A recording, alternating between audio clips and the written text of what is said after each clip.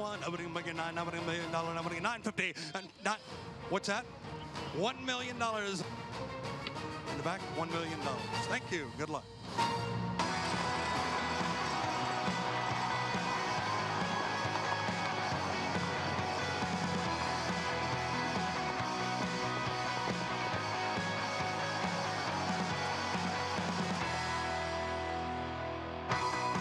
The opening session of the Fasig-Tipton Saratoga sale brought early fireworks with his son of Curlin going for a cool $1 million. We'll recap all the highlights from the two-day sale right across the street. In today's feature, Blind Ambition gets back to the turf, where he looked like an emerging star in his first try on the surface. He'll be in the quick call coming up later today. The unknown in today's quick call, what to do with the money monster. He makes his turf debut for a Hall of Fame trainer, Bill Mott. That is our feature race coming up later this afternoon here. Welcome to Wednesday at Saratoga. It's presented by Claiborne Farm. 100 years of doing the usual unusually well.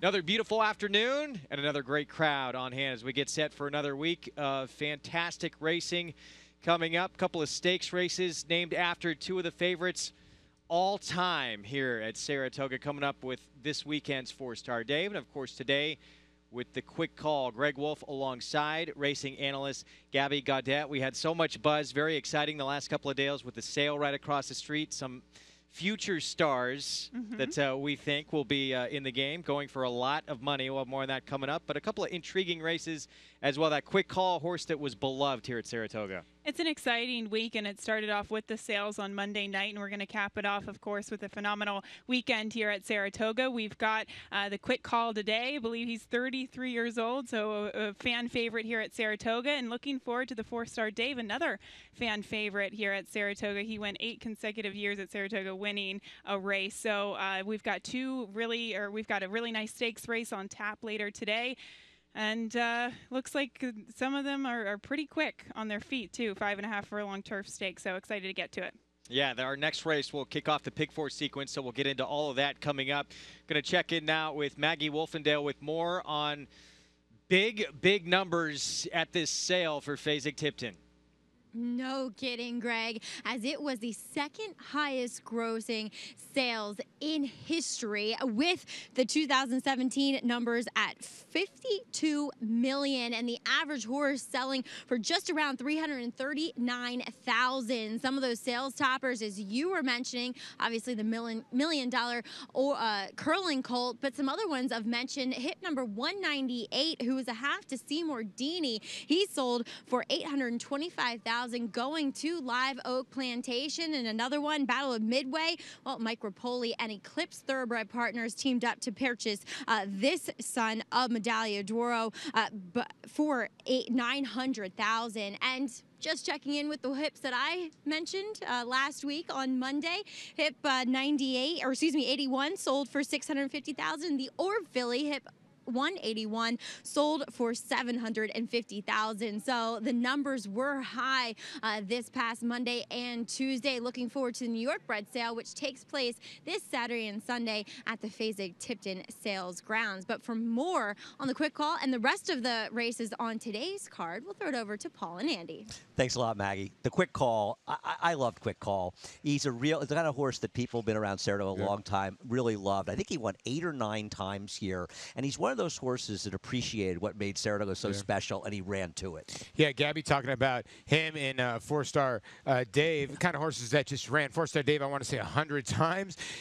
Quick call, 86 times. The greatest part about that, 43 times he was in the money. You love old war horses like that. Pretty incredible. He won the Forgo, actually, 2 years in a row, and one of them he beat Groovy, actually, that day. And, you know, I have such good memories. Sid Waters trained this horse. His owner, Linda Stokes, is here today, and she'll be in the winner's circle, and hopefully we'll catch up with her later. But he actually beat the mighty Groovy winning one of these Forgos. Yeah, one of the fastest sprinters, at least that I can remember, in the 80s, and Groovy was ultimately fast. That was his game, and Quick Call was able to wear him down, and there he is right there. Always liked a little bit of a fight, and you're right. Loved the spa, and I would say between him and 4-star Dave, they're 1A and 1B of like the fan horses here at Saratoga. Oh, no, they really were. They were horses that did love it up in Saratoga. They were good horses, very good horses that elevated their games up here. I remember a horse, I'll throw out one from a long time ago for people, Start-A-Hemp. Back in the 70s when I first came to Saratoga, Scotty Schulhofer trained him, and he used to win at Saratoga all the time. He really excelled up here. Now, when I throw up to Greg, I have a question. Greg, I think you were up past your bedtime for the sales. Was there a tweet from you at like 2:26 in the morning? No, there was not. I retweeted someone the next morning who sent that out. But, yeah, I was up fairly late. We wound up going out. Yeah, you go to those sales, you get into the spirit of it. We said, you know, on the show the other day, it's more party than sale. So I mixed in a little of both. I did the party part, let everyone else do the sale part. We'll give you a little bit of credit because you wanted to mention Mr. Rapoli. You ended up hitching a ride with him later, but you can't say that on the air. Well, you're going to hang with a guy who just purchased a $900,000 horse at the sale. You got to live it up a little. That's called a sharp move, my friend. Greg, did he break your phone like I did last year on sales night? No, he did not, Andy. And I still hold that against you. Here are the races that we have coming up. It starts this late pick 4. It's 18 minutes away. It's a good sequence. Of course, it includes that quick call. 1 1/8 to start us off on the main track. And then we'll get into race 8, starter allowance. The quick call race 9 will close things out in the 10th 6.5 furlong maiden claiming event that appears to be wide open. Track conditions, main track, fast turf course, firm, partly cloudy, 81 degrees.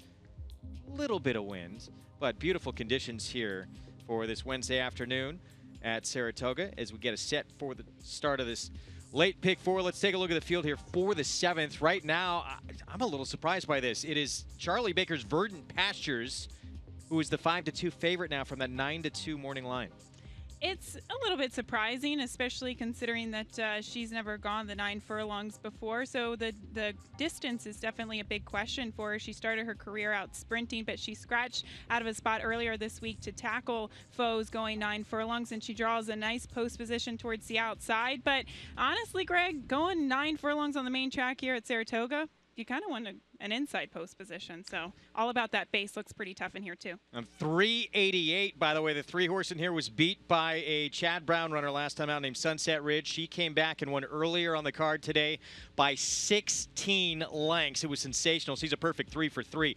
You can get signed up and started, play along from home with Naira Bets. As you saw there, go to nairabets.com, bet 200. You get 200 in your account. Use the promo code PICK5 to take advantage of that.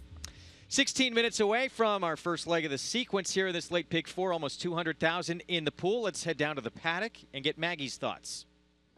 And we will check in with your current favorite on the outside is number 6, Verdant Pastures for trainer Charlie Baker. And she's a filly that I've noticed when you go back and watch her replays, if she can get a comfortable lead, then she's pretty much golden. But if she gets pressured by anybody, she quickly folds and throws in the towel. Today, going the 9 furlongs, physically, she looks well up to the task. I mean, she looks fit, but she's healthy. You know, Charlie's horses do tend to kind of carry that good weight and that good conditioning overall, and she's got an excellent coat on her coming back, and I think that Verdant Pastures should not have a problem handling the 1 1/8, but as Gabby brought up, she's not posted that well for taking advantage of her speed. If she can clear and she gets an easy lead, she should be dangerous, but one that might apply some pressure is the one stretching out here from the 6 to the 9 furlongs, and number 4, Cool As You Like. I mean, there's enough pedigree, I suppose, for her to handle it, but as far as stature, I'm a little bit dubious about her chances. She's very small and petite and built more downhill, so her stretching out, I'm not totally in love with it, and she just kind of feels as though she might be more of a closing sprinter type. But Paul, Andy, how do you see this one shaping up?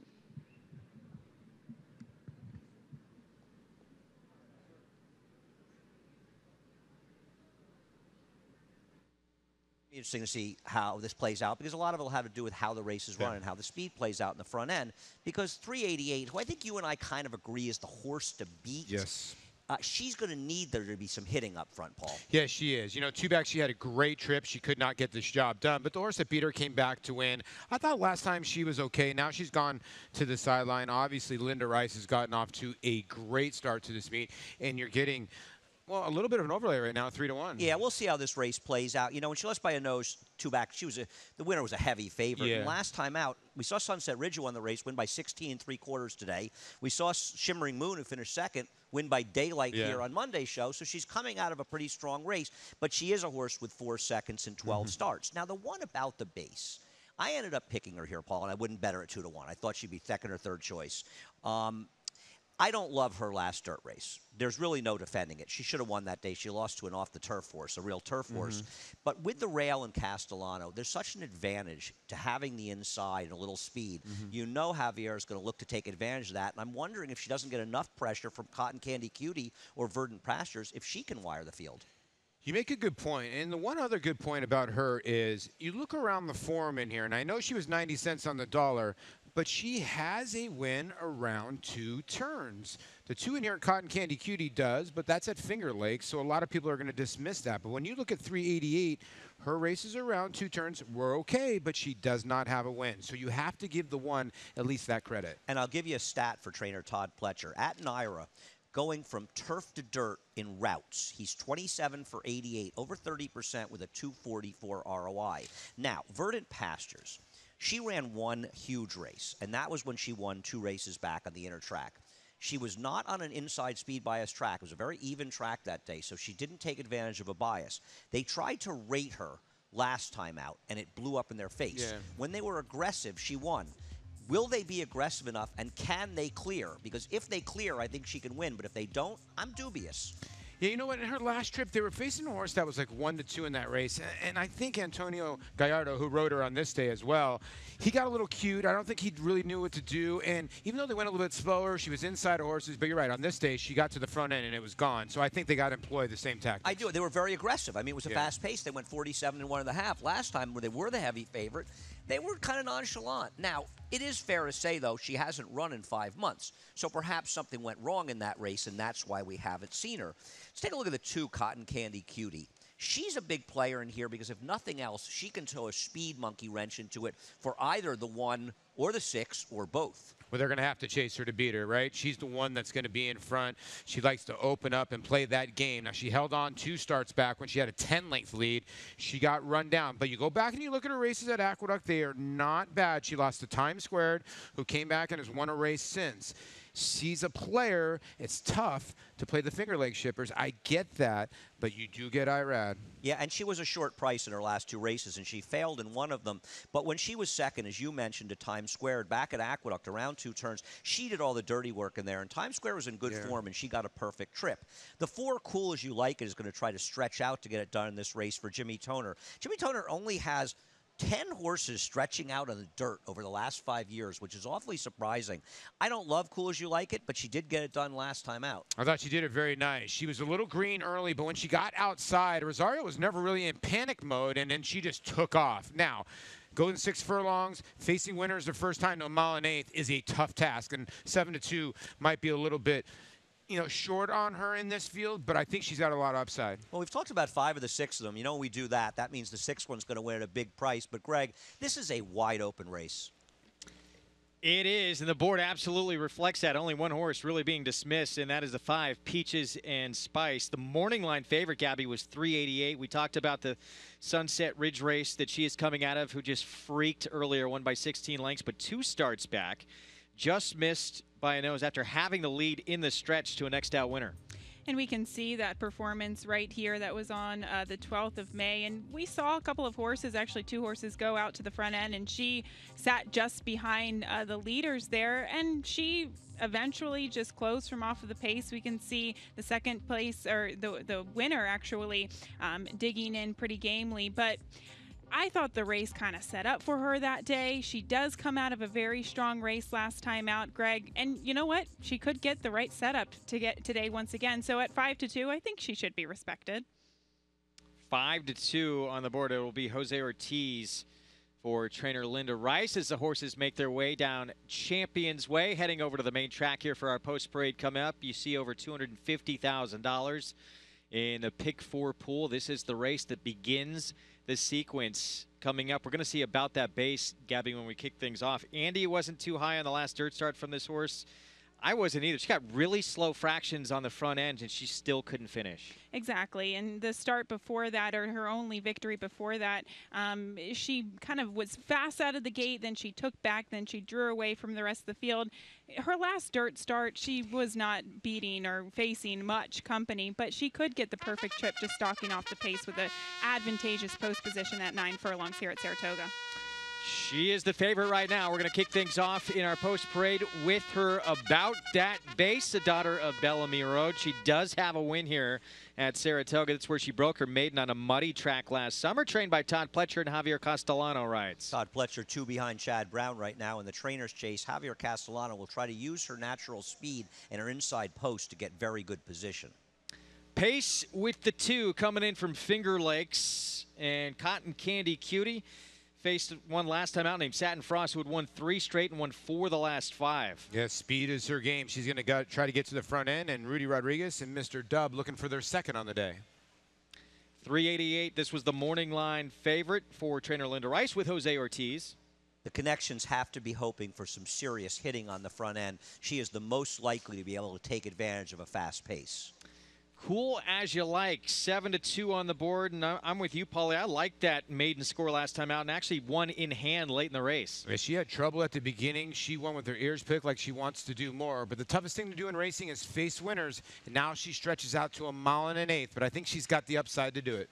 Peaches and Spice. It's Hector Diaz Jr. aboard. Well, if the pace is hot, she'll be running at the end, but she'd need to run her best race to beat these. And Verdant Pastures actually opened up as the favorite, 3-1 on the board right now. It's Manny Franco for Charlie Baker. Sort of the wild card in here because the 2 Cotton Candy Cutie, probably the speed. What does Manuel Franco do with his filly by Colonel John, who does have speed as well? That is your field for race 7 here. 1 1/8 on the main track as you look at 388. Will the Saratoga debut be a winning one? Pick 4 from Saratoga is next.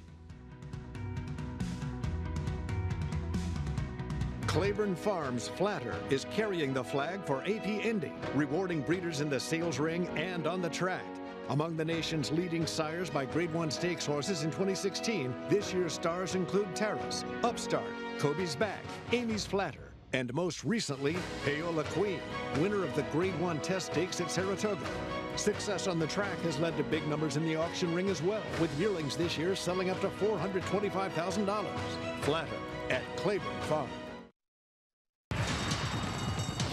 Change the way you watch racing forever with the new Naira Now app. Live racing in English or Spanish from a variety of camera angles, race replays, talking horses, race analysis, and a multitude of on-demand content, all in high definition. Naira Now is available on many platforms, including iOS, Android, Roku, Apple TV, Amazon Fire, and more coming soon. Download Naira Now today, free in the App Store, and start watching the best racing like never before.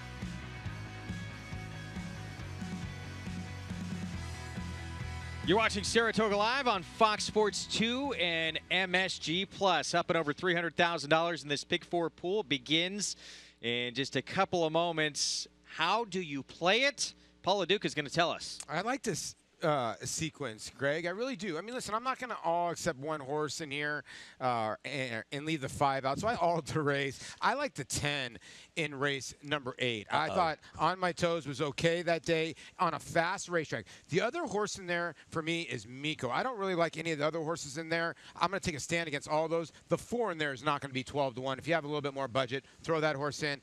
I like the 5, Expedited Vision. I also thought Blind Ambition was very good. I'm leaving out Malro, the very fast filly from Chicago. Race 10, I thought was a scramble. As you see, I go deep in there. But I do think Pinch Penny could be your long shot. So a little different approach today, but I actually like my ticket. All right, there it is. Paula Duca's ticket. 50-cent play. You can get involved as well. Meanwhile, more on the race. We're just 4 minutes to post. Let's go to Maggie. Thanks, Greg. And I did get the opportunity to check in with trainer Charlie Baker in regards to Verdant Pastures. And he said that, no, she's not necessarily a filly that needs to lead. And he plans to let her break. She does break alertly and then just kind of see where things play out inside of him and let her stalk. And he was saying that she was a filly that in the beginning stages of her career, she had a lot of problems with tying up. And tying up is when horses, they kind of...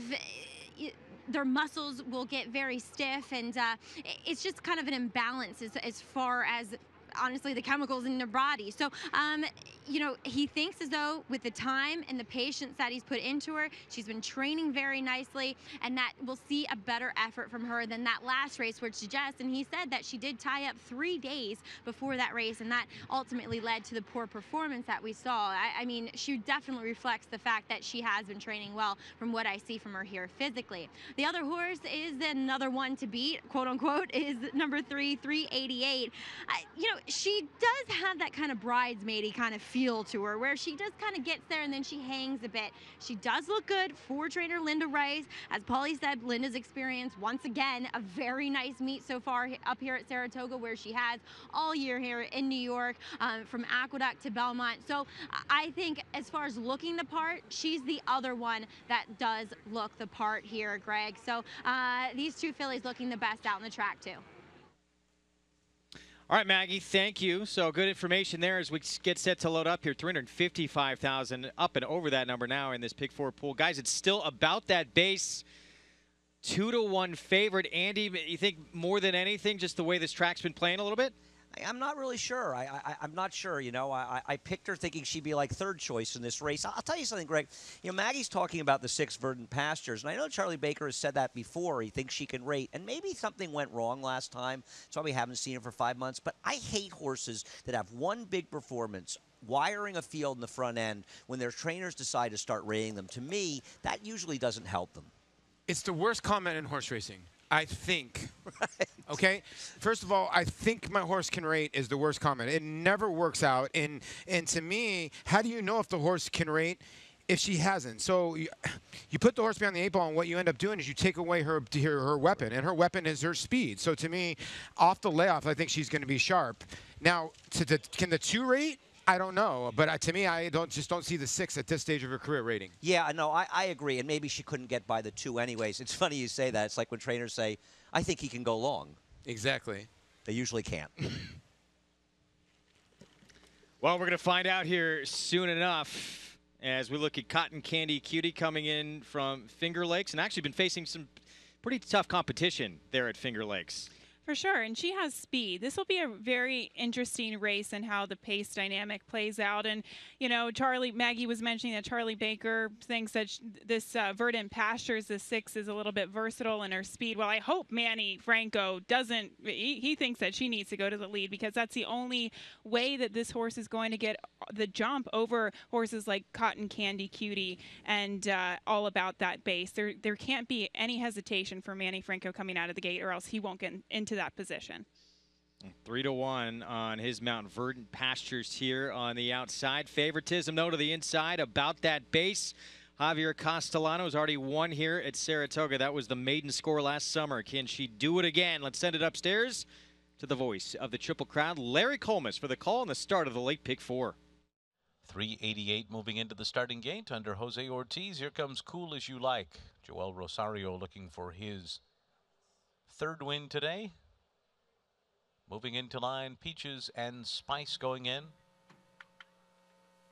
And Verdant Pastures to the outside stall. To complete this field of 6, About That Base is the 9-5 current favorite.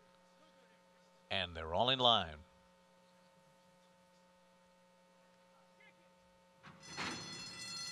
They're off. About That Base broke well. Cotton Candy Cutie with speed. Verdant Pastures on the outside makes it 3 in a line. And then it's Cool As You Like, 388, and the trailer is Peaches and Spice. Verdant Pastures is going to be sent to the lead on that first turn by Manny Franco and get to the front. A length and a half clear of Cotton Candy Cutie. About That Base will be third early on. Now 3.5 lengths off the lead as 388 goes up on her outside. Then Cool As You Like and Peaches and Spice last of them all. 25.13 was an easy opening quarter mile for Verdant Pastures, who leads them on to the backstretch, with Cotton Candy Cutie keeping close company. Running in second position, 388 is third on the outside. About That Base tracks them fourth by another 4.5, and then comes Cool As You Like. Peaches and Spice trails the field 13 lengths off the lead as they continue up the backstretch, the half mile, as they go up the backstretches in 51.65. Verdant Pastures on top by a length and a half. Cotton Candy Cutie continues to race in second. Then it's About That Base on the inside of 388 and a long way back to Cool As You Like and Peaches and Spice around the far turn. Verdant Pastures continues to lead the way. Cotton Candy Cutie is second, 3/4 of a length behind by another 2.5. Then About That Base racing on the inside of 388. The other two have been defeated at this point as they come to the top of the stretch. Verdant Pastures coming toward the top of the stretch in front here. Turning for home with a 2-length lead. Cotton Candy Cutie is second. Then About That Base on the inside, followed by 388 and Cool As You Like. It is all Verdant Pastures here. Verdant Pastures with that easy early pace, just waltzing home to victory here. Verdant Pastures, Manny Franco sitting like a statue as they come under the wire, winning it by 10 lengths over Cotton Candy Cutie, then Cool As You Like, and 388 in a final time of 1 minute 52.69 seconds. Well, Manny Franco, he got to the front on Verdant Pastures, and there was no looking back.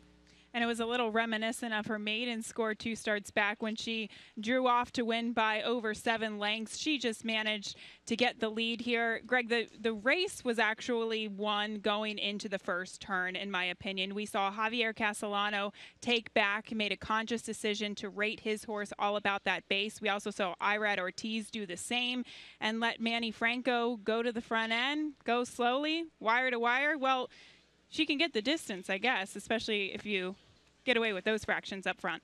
Yeah, the way race was run, as Gabby said, in the first turn. And you know, it was won because not only was Manny Franco a little bit aggressive, but Irad Ortiz was not. And when he was unaggressive, took his mount back, he ended up forcing Javier Castellano to steady inside of him and All About the Base. He wasn't aggressive either, and you'll see that going into the backstretch, but it didn't really matter. Verdant Pastures showed very clearly she is a very good horse when she's allowed to walk along on the front end. Yeah, you make a great point. And in the initiative, we talked about it before the race, my horse, I think, can rate. Well, he played a little possum. I think he can go to the front and win by 10. How about that at 7-2? And here, Cotton Candy Cutie hung in there. It actually ended up being a merry-go-round race at 5-1, Gabby. But you make a good point. You look at her; she just wants to go all day. Look at the ears up, and she just wants to be left alone. Yeah, when no one's going with you, it can be a fun ride on the front end. And hard to believe that these actually could be correct fractions. We'll double check into that, but 121 and 3, that's not for 7 furlongs. That was a 6 furlong time, allegedly. Allegedly. We'll see when it comes back. Yes, but yes. I mean, obviously, this is a rider, Manny Franco. I wouldn't say he made a decision to go to the lead going into the first turn, but the lack of decision-making for Irad Ortiz and Javier Castellano going into the first turn put him in the perfect spot. But she's a filly. She can run all day, as Paul alluded to. She had her ears pricked to the wire. She's coming back to the winner's circle in good flesh, so pretty talented runner there. Yeah, I want to say something about the fraction. That's wrong. They did not go 121.72 to 6 furlongs. Maybe they did 116, 117. Yeah. I don't know exactly what they did, but that is 100% inaccurate. And I kind of agree with what Gabby was alluding to. She's just nicer than me. Irad Ortiz made a conscious decision to take back a speed horse in this race. Now, maybe he was riding to instructions from Rudy Rodriguez, but he made that decision. And as you say, Manning showed a little aggression out of the gate, but Irad made it easy for him. Yeah, he did. Irad made it a little bit easier for him, but the way she won, I don't think it would have mattered in the long run now. Verdant Pastures gets the job done, 7-2 to start off the late Pig 4 sequence. Manny Franco taking advantage on the front end. We'll be back. And they're off. NyraBet's Pick 5 is now available exclusively online at nyrabets.com. Bet the NyraBet's Pick 5 every race day with a 15% takeout on the last 5 races on the card from the country's best racing at Belmont and Saratoga. Find it nationwide on nyrabets.com right in the Bet Type drop-down menu or at any Nyra track or New York OTB location. NyraBet's Pick 5, racing's best bet.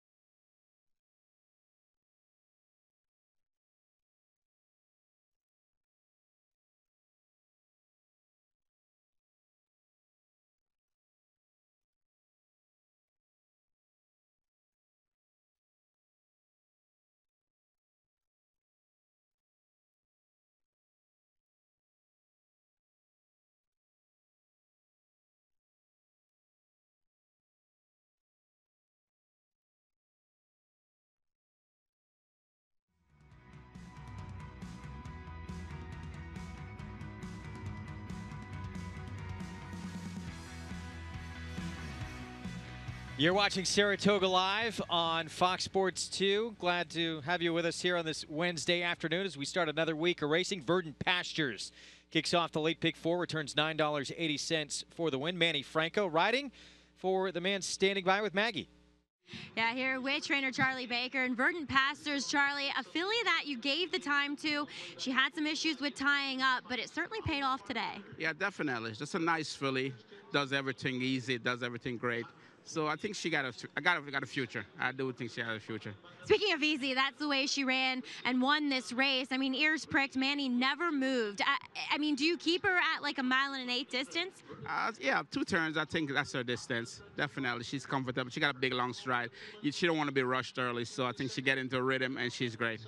And Charlie, once again, enjoying a very nice Saratoga meet so far, much like you did last year. And Charlie, are you a guy who kind of points your horses to the races up here, or is it more just things coming together as a perfect storm? Yeah, I think just fall from together.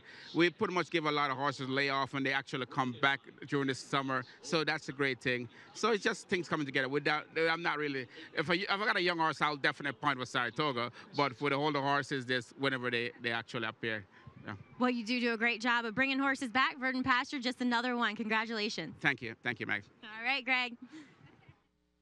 Maggie, thanks. Great to see Charlie Baker get another winner. That was a fantastic meet that he had last summer, and he's having another good one here in 2017. Good to see him have such a good meet. And Charlie, he does an absolutely fantastic job with the horses that he sends out. So good to see him in the winner's circle. Race 8, we're going on the inner turf here, mile and a 16th. It's a $50,000 starter allowance. And the favorite right now, outside the 10, On My Toes, Florent Giroux, will be aboard for Brad Cox, second off to claim the turf debut. Pretty impressive last start. Very impressive. I like the protect move for this filly today, but it's a tough field. Want to remind everyone to get involved with this. If you're new to the game, even if you are not, this allows you to play along, win some prizes, and risk none of your own money. You get a mythical bankroll with the Saratoga Showdown online contest. Today, it's a Win, Exacta, and Trifecta Box Challenge. Highest mythical bankroll earns 50,000 Naira Bets points. It's the equivalent of $50 in your account, and you win an entry into a prize package for a trip to next year's Belmont Stakes valued at $2,000. Go to SaratogaShowdown.com or Naira.com to get involved. Well, Travers coming up on August 26th, the Midsummer Derby. Of course, we look forward to each and every year at Saratoga. This field keeps growing and growing. Seems like by the day. We'll talk about one of the new players in the race coming up. But guys, West Coast we knew was coming for Bob Baffert. He always likes to be in this race when he can, and West Coast reeled off 3 in a row. Yeah, this was a funny win in the Los Al Derby, Paul, before the meet started, or maybe I think a week before, because it really almost kind of looked like he was going nowhere. And once he kicked it in that super long stretch, he just ran away from horses. He's an odd horse, I think, that Bob had to figure out. After his first start he lost, he put blinkers on him, and I want to say he was 3-5 that day, and he barely won, Andy. And I think the horses confused Bob a little bit. But then since then, he's completely turned around. This is a different ball game with this horse, or a different horse. And he, Klim's an okay horse. He's a one-turn type of horse. But Bob always thought this horse was going to be his Derby horse down the line, or maybe even his Belmont horse, West Coast. He had another horse by Reach the World that passed away, and then West Coast sort of stepped into his slot, and this horse is maturing at the right time. He's a major player, and he won by a ton already in New York. I think he's got a big shot in the Travers. He really does. No, I agree. You have to consider him one of the major players, and it's such a wide-open race. But we know Bob Baffert is capable of shipping to New York and winning big races. That he is, especially in New York. We brought this horse up in the meeting, and Andy Serling said, "You're going to talk about who?" It's a new face and a horse who's lightly raced, who is now pointing to the Travers. 4th start of his career, Gabby. A horse by the name of Game Over, son of Mineshaft, winds up second and beating your second-place finisher of the Kentucky Derby, Looking at Lee. Exactly. We had Patch in there as well. We had Looking at Lee. Those were the 2 horses that figured to take the most money in here. And Game Over, he just followed the winner pretty much around the racetrack that day. But Ron Palucci, who was affiliated with Luch Racing, obviously, he did say that he thought the horse might have been a couple work short going into this race, and he was very impressed with his performance. And given the state of the 3-year-old picture right now, why not? And Luch Racing, it's typical of Luch Racing to take a shot, right? War Story being one of them. Well, yeah, we saw the Kentucky Derby winner, Preakness winner, Always Dreaming Cloud Computing, not get it done in the Jim Dandy. Big upset there. Of course, Good Samaritan for Bill Mott, now going to be a major player in that race, but no one shying away from lining up in the Travers. It is going to be a huge field. It makes it that much more exciting in that race. Again, August 26th is when we'll see that. No Classic Empire, though. They're going to pass on the Travers, who was our second-place finisher in the Preakness, of course, Breeders' Cup Juvenile Champion. It looks like he has another path he'll be taking. Yes, he's going to be heading to the Pennsylvania Derby. This is obviously Classic Empire in the Preakness when he was defeated at the wire by Cloud Computing. And we saw the way that Cloud Computing and Always Dreaming came back in the Jim Dandy. So I don't know if that really bodes well for Classic Empire, but Monday, Greg, was actually the first day that they started to put him in company. He was a horse that really wasn't showcasing his usual energy in the morning, so they put him in company on Monday morning. Have been happy with the way he's been training in the morning, hoping for a workout this coming week, later this weekend. September 23rd is that Pennsylvania Derby. He had all kinds of issues, even just trying to get to the Kentucky Derby, and the Preakness had some foot issues, led to some back issues. Deep track here, so they really didn't want to work him too heavily over this surface, or I should say run Andy in the Travers. Yeah, listen, Classic Empire is a wonderful horse, and there's an argument that he's the best of all the 3-year-olds in the country. I would say that, yeah. But his issues are just keeping him off the track too much, and I hope he makes the Pennsylvania Derby. Friends with the connections. I hope that he wins the Pennsylvania Derby, and I'd love to see him get back to his good form. But I'm going to, as a gambler and a horse player, I'm going to take a wait-and-see approach with this horse. Well, he's the type of horse that's always had his quirks, right? I mean, he's had a little issues getting to the racetrack, little things here and there. And you got to give credit to Norm and Mark. They've done a great job, Cassie's, with this horse. And he was a little unlucky maybe to lose to Preakness. Probably a little unlucky in the Derby. He was a 2-year-old champion. He's a lot of class, but sometimes the ones that are great or good got a little bit of an attitude, you know? I agree. I mean, listen, he could have won the Derby. He could have won the Preakness. His Breeders' Cup Juvenile, to me, will remain one of the best Breeders' Cup Juvenile winning performances ever. Well, we'd love to see him get back to the horse that we know he's capable of being. So we'll see if that happens September 23rd in the Pennsylvania Derby. I know I speak for everybody on this show and around horse racing as well. Our thoughts and prayers with Eddie Olczyk and his family. He announced earlier this week he's being treated for colon cancer. He was diagnosed last week. He underwent surgery to remove a tumor. He'll be undergoing further treatment, including chemotherapy. Chicago Blackhawks team president John McDonough released a statement saying he's a treasured member of the Blackhawks family and they will be supportive of him as he fights this disease. But just such a tremendous person. Anyone who has met him knows. So kind, so generous, and he's meant a lot to horse racing. I can attest to that, Greg. Back in 2014, I met Eddie for the first time in the paddock at Arlington Racetrack, and I was just really getting into the TV game, and he gave me so much advice. He's given me so much advice in my career thus far, and every time I see him, he always says, "Keep up the good work, kid." So well wishes to Eddie. He's one of my all-time favorites. I'm sure you guys echo those sentiments downstairs. He's one of really everybody's favorites here in this game. He is. I mean, he's a terrific guy, and he's a terrific asset to everything he does. And getting to know him has been one of the great things about being involved in the sport, is meeting people like Eddie Olczyk, taking time out. Did my radio show, came down when he was here. He's we just wish him all the best, and he's a wonderful person. Yeah, our thoughts and prayers go out to his family. And Eddie's close to me, and I don't really know Eddie that much. We both wore 16. He always came up to me all the time and sort of related with each other. Here's a hockey player, here was a baseball player that both had the same love. And what Gabby just said is so dead on. Even when we worked for different companies, different kind of things that goes on, he always gave me the time to say, hello, you're doing a great job, love your work. And he brought that aspect of being an athlete into this game so good. He's a darn good handicapper as well. No, he's a horse player. No doubt about it. He's a horse player, and we wish him the best.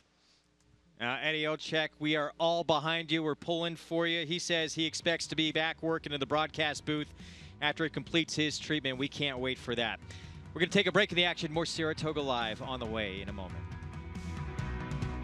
Make NyraBets your home for online horse racing and betting. Use NyraBets to bet on live horse racing from around the world. Bet from anywhere, anytime using your computer or mobile device. Earn valuable reward points on bets. Play in our exclusive promotions and earn cash rebates. Sign up at NyraBets.com and start earning your sign-up bonus today. NyraBets, racing's best play. Use promo code PICK5 to get a $200 new member sign-up bonus on NyraBets.com.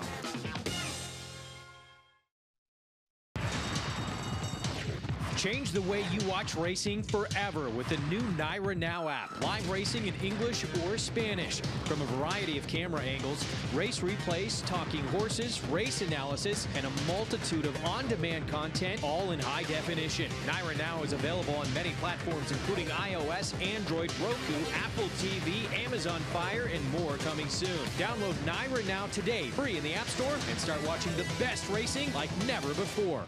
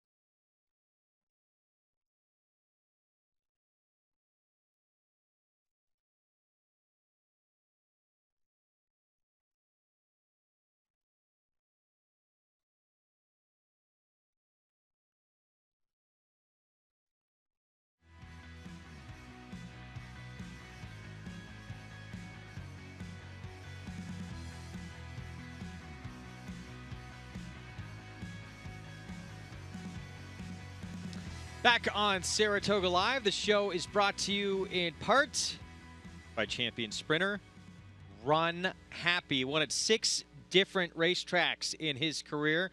Scored on both all-weather and dirt surfaces. Labeled fast, sloppy, muddy, undefeated in sprint competition. As you see him frolicking there on the farm in Paris, Kentucky.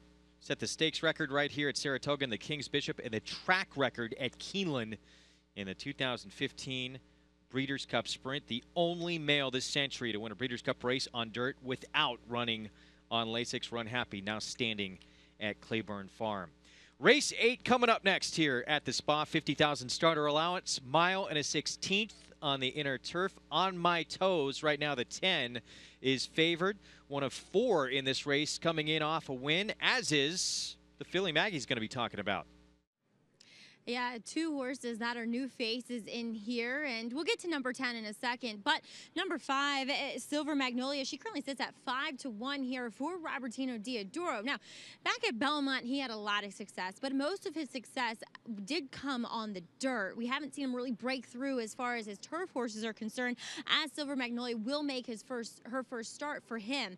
Looking at her, she physically looks fine, but boy, she's gotten herself pretty revved up and somewhat nervous here, at least in the paddock. Got a little hot since the saddle, since they've gotten it on her. She's chilled out slightly, but I don't know if I necessarily love that kind of nervous energy that she's kind of expressed here in the paddock. Moving on to your current favorite, that's number 10, On My Toes, and she was impressive. She looked good winning her lone turf start, which was her lone effort for the Brad Cox barn. And while she is smaller in stature, she certainly has everything in the right place, and she's very classy acting here in the paddock.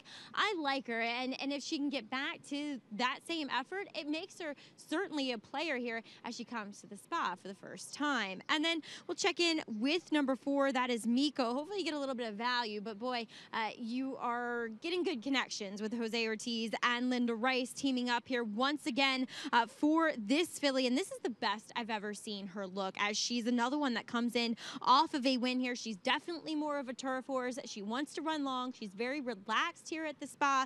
Her coat and her weight look, like I said, better than they ever have. But a filly that has been trying this condition for her last 2 starts here for Mike Maker's Desert Duchess. And Andy, what do you like or don't like about Desert Duchess? You know, it's interesting, Matt. It is a question of what you do and don't like about her, because her race 2 back was very good, Paul. She was giant. Surviving the huge pace, and she did incredibly well to hold on for third. But we'll take a look at her last start.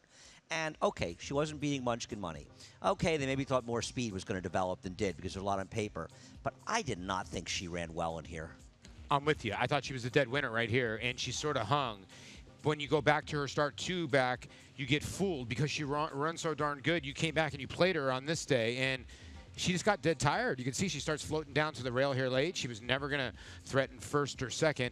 Interesting stat, Michael Maker, 3 for 8 with horses that their last race was not at Belmont Park. Their last Saratoga, race yes, their last race at Belmont Park, 0 for 14. So an interesting stat. Well, we'll see how it holds out. I'll tell you what, Joel Rosario, who won with a very aggressive ride, he's won 2 today, earlier, I think they're going to send, because she ran much better when they were aggressive. Now, how aggressive is Florent Drew going to be with the 10 On My Toes? Because even though she didn't win on the front end last time, she has the speed to be forwardly placed, and Florent has to want to get position from the outside. But with the scratch of the 9, you go 1 more slot in, so she'll be in the 9 slot. I would think the 6 city section is going to try to get position. She's pretty quick. And then you're right, the 1's got to blast away from there. So the 10, she sat behind a fast pace last time. We'll get you the replay, and you know, they were going quick up front, and she was going about 109 or so. And you know, when I asked our colleague Tom Amos, is 141 fast? He says they yielded fast times over the Indiana Grand Turf Course, almost all meets. And Tom Amos is the king. Yes, he is. Of Indiana Grand. I think On My Toes ran very well. Now, we'll show you a stat for Brad Cox. He's 9 for 24, coming off of maiden wins in turf routes the last 5 years, the 238 ROI. I think Brad Cox, one of the top young trainers in this game. I liked her last race. I think she's going to be very tough to beat. And you singled her in the pick 4. I like her. You like her. Gabby likes her. Gabby likes her. Bad news. The thing is, she broke sharp last time, Gabby. Do you think that she can get to the front end in this group? I definitely do. I mean, she was close to a pretty hot pace, as you guys were alluding to. And, I mean, she did show a tracking type of gear last time out. Brad Cox, first off to claim, though, he made a conscious decision to take the blinkers off of her. So you wonder if going into the race, he does want to get her to rate. But to answer your question, Paul, if she breaks well towards the outside, given the pace that she was involved in last time out, I definitely think she could be the pace setter, or at least just press the pace of a horse like maybe Desert Duchess, who will get the jump on her from the rail. Yeah, Andy, I mean, you brought it up earlier, right, Joel Rosario, where he's drawn with the speed she has and with how Speed's playing on the center turf. He's got to go, right? Yeah, I think he is. And also, when you look at her, she ran so well, even though she lost 2 back on the front end. And then she was sort of dismal last time when they rated her. I think at least you're supposed to go back to what worked well for her in the past. And if you look at her, she had her big win at Fairgrounds in the front end. Now, she did win rating a few back, but that was against a weaker field at Ackwood. I have to think their intention is to be aggressive. And if somebody wants to take it away from them, well, then so be it. Yeah, they have to get aggressive. I'm in agreement with you. Her race last back is confusing. Her race 2 back, she ran so darn good. So are we dismissing now Madame Uno in here, who was rolling and went right by her last time out? That was a much improved race for her. The 6 Madame Uno, or 7, excuse me, you're talking about. She took advantage. I mean, I don't want to knock her. She did run a big improved race, and she's certainly not impossible. But she really took advantage of the fast pace that was set by Desert Duchess. She is lightly raced. Talking about the 7, Madame Uno. That was just the second start of her career on grass. She won her debut at 7.5, which happened to be on turf. And then, yeah, she did get second, beat a neck back on June 14th at Belmont. And that was actually a pretty decent race. We don't often see David Fox, the previous trainer of this filly, when she debuted her, win at first asking. She was 26-1. 7.5 furlongs down at Gulfstream is a 2-turn race, so she clearly is good going 2 turns on the turf. I personally think she got a perfect setup last time. Yeah, and so you and Andy agree, you know, it may have been circumstances, but there is a lot of upside, too. There could be a lot of upside. I'm interested to see how the pace dynamic here works out.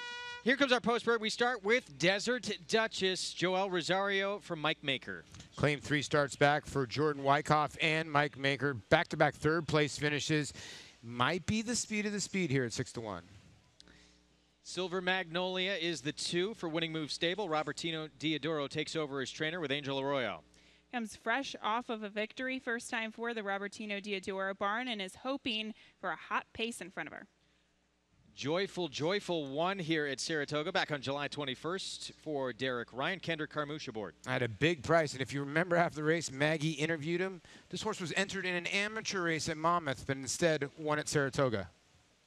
Miko is the 4 for Preferred Pals Stable. Linda Rice, Jose Ortiz. Did some running first off the claim for Linda, getting the victory against Maiden $40,000 company last time out, but faces a pretty tough field today. So another Derek Ryan runner. This one first off the claim. 4-year-old filly by Posse, Believe Indeed. Maybe a little bit of a long shot here. You always got to love when a trainer reclaims a horse that was once in his barn, and filly by Posse, 12-1. Thomas Bush sends out the 6 City section. City Zip filly with Javier Castellano aboard. Has taken a while to get through her conditions, but she's in very good form right now. 5-1 on Madame Uno. Here she is for Phil Serpy with Luis Saez. She keeps getting dismissed at the window. Both her turf starts, a first and a second, at 26 and 21-1. Here is Queen of the Channel. Blinkers come off. Jose Lezcano aboard. Long shot player here, hasn't managed to win since October of last year when she was trained by Todd. Is hoping for a hot pace. And on my toes, our current 2-1 favorite, Florent Giroux, riding for trainer Brad Cox, second off the claim. Second off the claim for Brad Cox, and an impressive victory last time out. This filly will have speed from the outside post. And dominated, yeah, in that turf debut at Indiana, winning by 4 1/4. As an even money favorite. Second leg of our late pick 4 coming up when Saratoga Live returns. Undefeated in sprint competition, Eclipse champion Run Happy captured 3 Grade 1 victories and set blistering speed records at both Keeneland and Saratoga. In the Breeders' Cup Sprint, he dominated the world's fastest runners, going 6 furlongs in a record-breaking 108 and change. The only horse nominated for 3 Eclipse Awards, Run Happy was crowned champion male sprinter, all the while racing 100% drug-free. Champion, millionaire, record-breaker, Run Happy, standing at Claiborne Farm. And they're off. NyraBet's Pick 5 is now available exclusively online at NyraBets.com. Bet the NyraBets Pick 5 every race day with a 15% takeout on the last 5 races on the card from the country's best racing at Belmont and Saratoga. Find it nationwide on NyraBets.com right in the Bet Type drop-down menu or at any Nyra track or New York OTB location. NyraBets Pick 5, racing's best bet.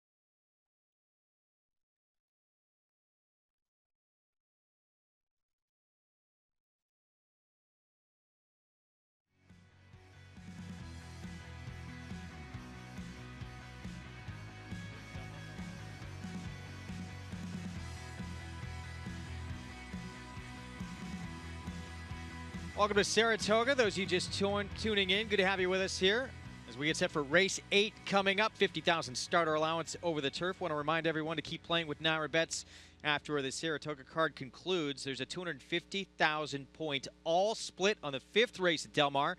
Bet a $10 base exacta in race 5 at Del Mar and win or lose. Split 250,000 points, an easy way to get your Del Mar betting off to a great start.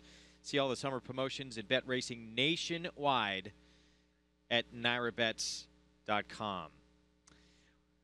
With more, let's check in with Maggie. And actually, I'm a little bit ahead of myself here, Greg. But for the next race in the quick call, I'm here with trainer Phil Schoenthal, who will send out Expedited Vision. And Phil, back to the turf. He's undefeated. Dirt, turf, both starts he's won. Talk about your decision to put him back on the grass. Oh, well, we figured that a straight 3-year-old race is going to be the same level of difficulty as a 2-year-old against open horses. You know, we were looking for something to run it in. We wanted to run a horse at Saratoga this meet, have a little fun, come up here and experience, you know, all that goes on with that. So here's our opportunity. And a guy who is very successful down in Maryland, but talking about that Saratoga kind of fanfare, what do you love most about this place? I just like that it is the best of the best. I mean, you walk around the horse sale, you walk around here, and you see all these guys that you grew up idolizing. You see all your heroes in the game, the guys you watch on TV Saturday afternoon. And coming from the Mid-Atlantic, you know, you just like to hope that you can prove that you belong with those guys. And so you just take your shot and see what happens. Well, I think you have a pretty good shot with Expedited Vision, and wishing you the best of luck, Phil. Thanks, Maggie. All right, Greg, we'll see what shakes out with the 3-year-olds on the grass in the next race. Maggie, thanks. Yeah, I'm excited to see Expedited Vision. Son of Hansen, perfect 2 for 2 in his career, but he won his turf debut, and then he won on the main track. I'm not sure what surface he's better on.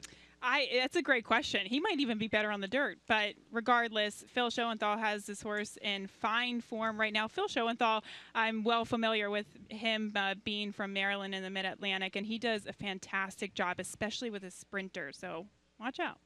Well, guys, the more I look at Desert Duchess here and how this pace might play out, the more I'm scared I don't have this filly on my ticket. Yeah, you know, she has a Jekyll and Hyde feel to me. I'll tell you what bothers me a little, Paul, that she's 6-1 in this race. I thought she'd be a shorter price. If we talked about the 2 Silver Magnolia that much, I know that Robertino Diodoro hasn't gotten a win yet here, and that does bother me a little bit, but he's hit the board with a few, and I think she's very dangerous. Yeah, it's a tough read. What do you do with the Chicago shippers? Some of the Tampa horses have run okay. We've seen some of the Churchill Downs turf races turn out, and this horse coming from Arlington Park, nice win last time. A couple horses have come out of that race, run okay, and goes into the Diodoro barn. He's been a little unlucky. He's got 8 seconds and thirds. Yeah, I think he's got a real shot to win this race. He's also on my show tomorrow night at the Post Live, Parting Glass, 8 o'clock if you're in town. Let's talk a little bit more about City Section and Madame Uno. The 6 City Section, I'm not sure we're showing. I think we'll talk about Madame Uno. We're still looking at the 2. We are still looking at the 2 Silver Magnolia. If we could move over to Madame Uno. We talked about her a little before. She did improve markedly from her debut win to her last start, her 3rd start. Perfect trip or not, she still ran fast enough to win this race, Paul, and is a square price. Yeah, you know, sometimes it just shows you that a horse is going to love a turf over the dirt. The dirt surface, she packed it in quickly. Last time, she was a little bit green, and she was a little bit all over the place. She's a big, rangy filly, and she was coming. Now, the 6 on your Screen City section, you know, she's run into some big fields, and she has enough pace to sit the trip. She does, and she's improved, and that's the thing about her. And maybe I'm just sort of biased against her because I watched her lose her first 17 starts, you know, and then she kind of breaks through and wins a maiden race at 5-1. You're like, so what? She's 1 for 18 now. But she actually has run the best 2 races of her career, her last 2 starts. And there's something to be said for betting horses in good form. And at the end of the day, 3 of the 4 of us, we all like the 10, and we do. But 2-1, I don't know, Gabby, that seems like a very short price. It does, and I think that you guys bring up some good points in talking about City Section, a filly that you were just talking about. Yeah, it's taken a long time for her to get through her conditions, and you never really like to see that, but maybe she's just turned a corner. I thought her win 2 starts back was very good, and last time out, nobody was really improving position coming down the lane, and she was second behind Munchkin Money, who's going to be a really short price facing Allowance Company on tomorrow's program. So I think City Section has a big shot. I thought Silver Magnolia was a horse who definitely improved last time out, but they're all going to have to battle off the speed of the 10 On My Toes, who's taking money, and I guess you could think that that's very encouraging. Yeah, 2-1. That is significant play on this outside runner. Turf debut won by 4 1/4 at Indiana. What will she do? 4 encore. There she is. Let's send it upstairs for the call. Race 8. The voice of New York racing, Larry Colmus. Joyful, Joyful moving in. Matamuno into the gate. They'll be followed by Miko. And the last 2 to load are Queen of the Channel and On My Toes.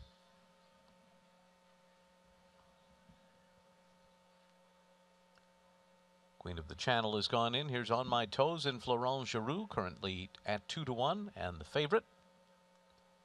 They step forward and in. They're all in line.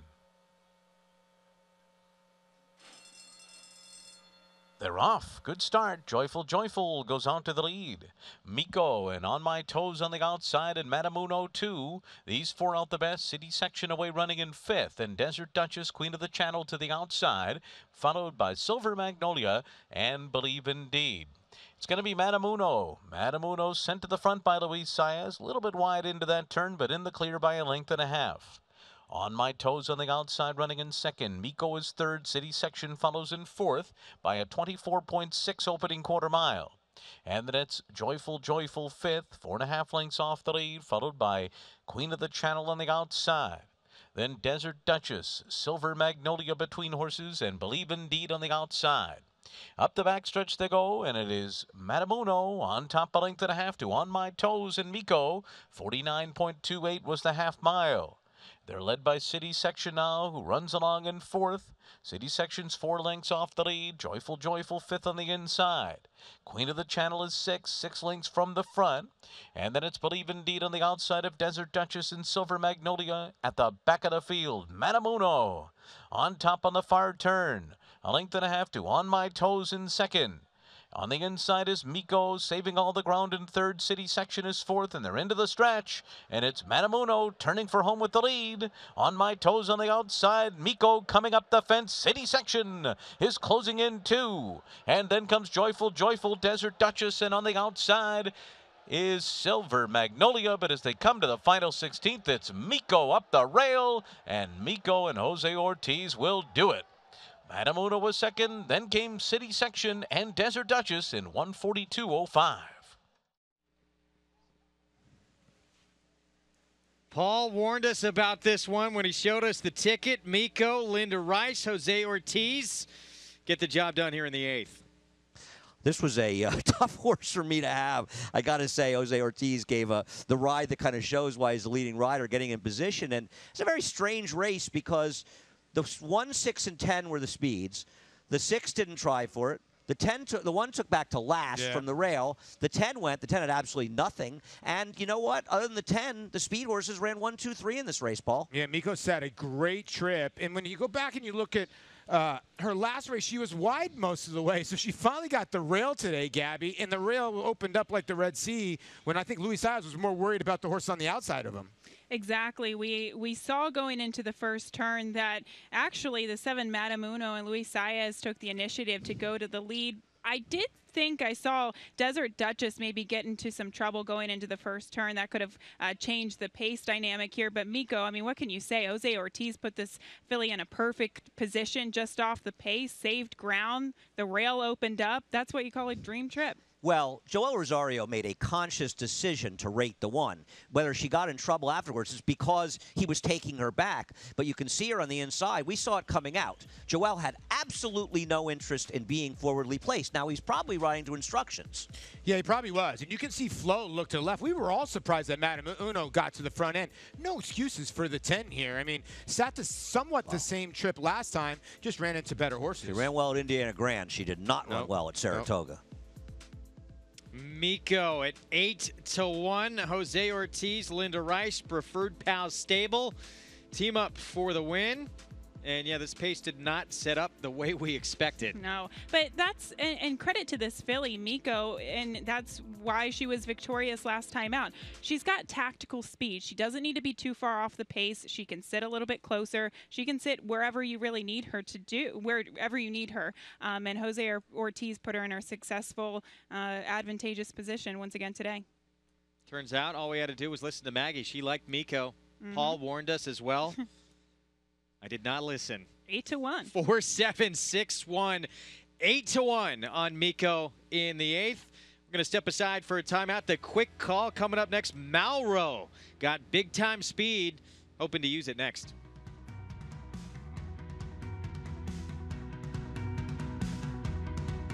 Make NyraBets your home for online horse racing and betting. Use NyraBets to bet on live horse racing from around the world. Bet from anywhere, anytime using your computer or mobile device. Earn valuable reward points on bets. Play in our exclusive promotions and earn cash rebates. Sign up at NyraBets.com and start earning your sign-up bonus today. NyraBets, racing's best play. Use promo code PICK5 to get a $200 new member sign-up bonus on NyraBets.com. This 3-time graded stakes winning millionaire defeated 20 Grade 1 winners. In the Dixie Stakes, he defeated Canadian champion and horse of the year Up With the Birds and set a new course record at Saratoga.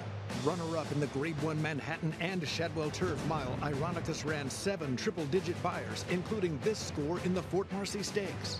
Half to 4 graded stakes winners, Ironicus has the speed, class, and bloodlines to become the next great sire by Distorted Humor. Ironicus at Claiborne Farm.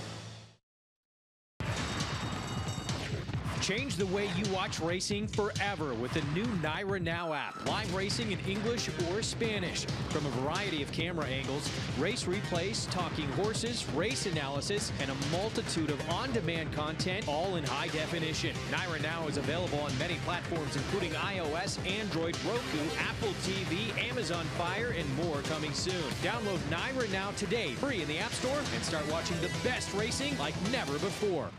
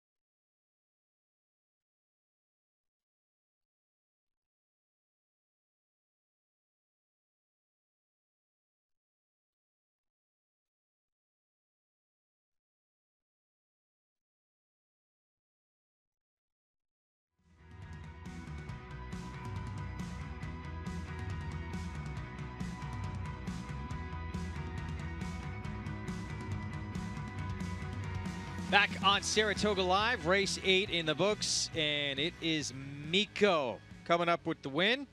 Linda Rice claims this horse, and now back-to-back wins. On board for the win, his second victory of the day, Jose Ortiz. He's standing by with Maggie. And he's actually been aboard Miko in all of her four career starts here, Jose. A filly that seems as though the light bulb's gone off. I mean, yeah. She ran first time out. She was a little green. Then she ran in the dirt, so let's throw it out, and then she won the next 2 starts. And how shrewd is I guess she's your aunt-in-law, Linda Rice, and picking up this filly out of that dirt race and putting her back on the turf, and now she's 2 for 2. I mean, yeah, I knew she was the third filly. Linda Claiborne, and I mean, Christoph do a great job with the turf horses and dirt. Linda do a great job as well, and you know, I think just the filly need a couple starts to get on into herself, and now she is. She's a professional now, Jose. As far as the meet is going, you're riding with the utmost confidence. How important is it just to be a rider and an athlete and have that confidence? I mean, every time I go out there, my Jose got a lot of chance. So I want to congratulate my agent because he's doing a great job. I always say that. He put me on live horses. We work hard in the morning, and I'm really confident. Every time I step out there, now I got more experience and you gain more confidence with the time. Yeah. It certainly shows. Job well done once again here with Miko. Thank you. All right, Greg. Terrific job by Jose Ortiz, and once again having a sensational meet. He closed with such a fury here last summer to catch and overtake his older brother and win the title was tremendous. He's continuing to learn, and as you said, as you learn and win and lose, you also build confidence and experience, and that's what I see from Jose's career thus far. The quick call, our feature, is coming up next. It's 5.5 furlongs on the turf, and right now it is Blind Ambition, Gainesway Stable, Todd Pletcher. Current favorite right now is turf debut. He won by 3 3/4 lengths. This will be just his second start on the turf. We talked about it at the top of the show, all the buzz at Saratoga the last couple of days. The Fasig-Tipton sale right across the street from the racetrack. You leave the main gates here on Union Avenue, and just a quick little jaunt down the street, sped up just a little bit. I can't walk that fast. Oh, this wasn't you? No. To the Humphrey S. Finney Sales Pavilion. And there you go. You can go ahead and bid on some of horse racing's future stars.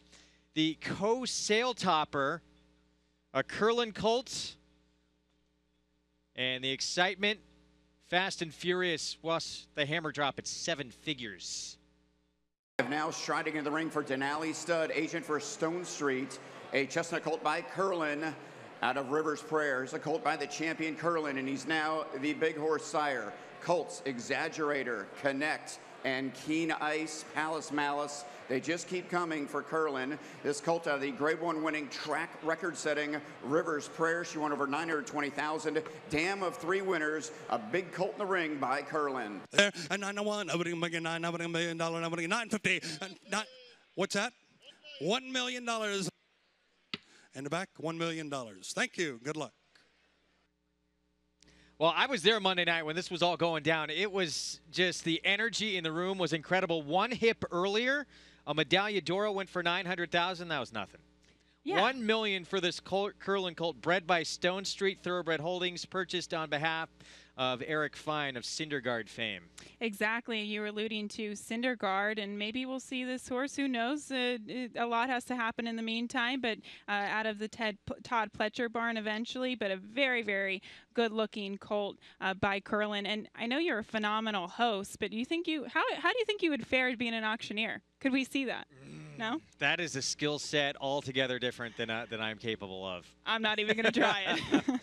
Very good at what they do. Well, the co-sale topper, this one here, 7-figure mark, also reached when agent Kerry Radcliffe went in for $1 million for this Orb colt consigned by Gainesway. This was hip number 186. Ratcliffe is Phoenix Thoroughbreds racing manager and has really emerged as a major player in auctions worldwide as a buyer for Phoenix. And I believe this horse was sold for $310,000 as a weanling, and then went on to have that kind of success just across the street at Fasig-Tipton. So we've seen the Orbs just go for incredibly high prices, and I guess I do think that with two very impressive winners by Orb leading into the sale at the Saratoga meet, it didn't hurt. Definitely helped. Carrie Ratcliffe, it was her first time at Saratoga. She said, I love it. I think I'm coming back. Meanwhile, Warfront continuing to make news. Had 2 yearlings sell at last year's Saratoga sale that averaged over $550,000 this year. 2 fillies and a colt represented in the sale. The colts, hip number 226, full to Grade 1 winner Avenge, and going to be heading over to Europe. Heading over to Europe for that Godolphin division, and that horse was actually the talk of the town prior to the actual sale, so it lived up to its billing there in the sales ring. And that was the next to last horse that went through the ring, but Warfront, that Claiborne sire, continuing to make news as a top sire. Of course, Roly Poly for Warfront just won another Group 1. We're going to take a break in the action. The quick call. 2-time Forgo winner. It's next.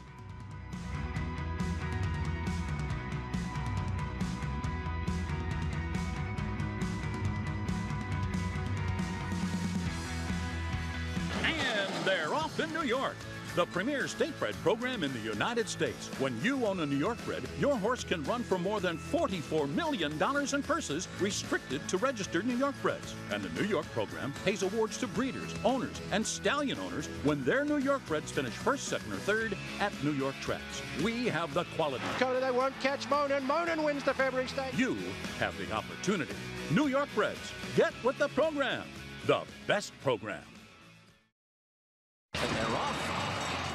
NyraBet's Pick 5 is now available exclusively online at NyraBets.com.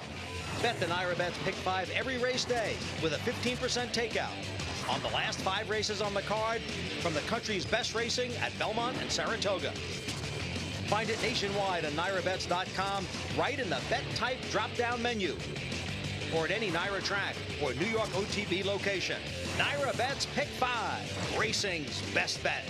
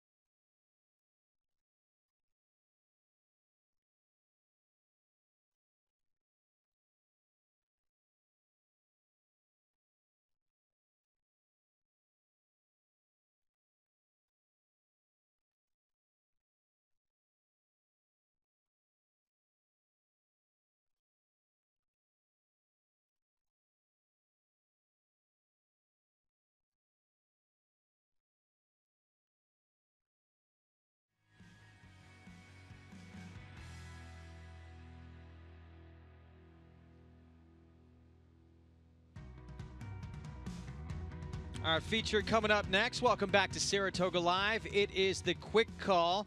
He won the 1988 Forgo in stakes record time in 1988. He came back in 1989 to defend his title, and the horse for the course came up big again at Saratoga. Dancing Spree are gaining ground on Crusader Sword, but Quick Call enters the stretch in front. It's still Quick Call by a half, gaining ground on the rail. Dancing Spree gaining ground on the outside. Quickly, Crusader Sword back into fourth. Dancing Spree on the inside of Quick Call. Those two pass the 8th pole together.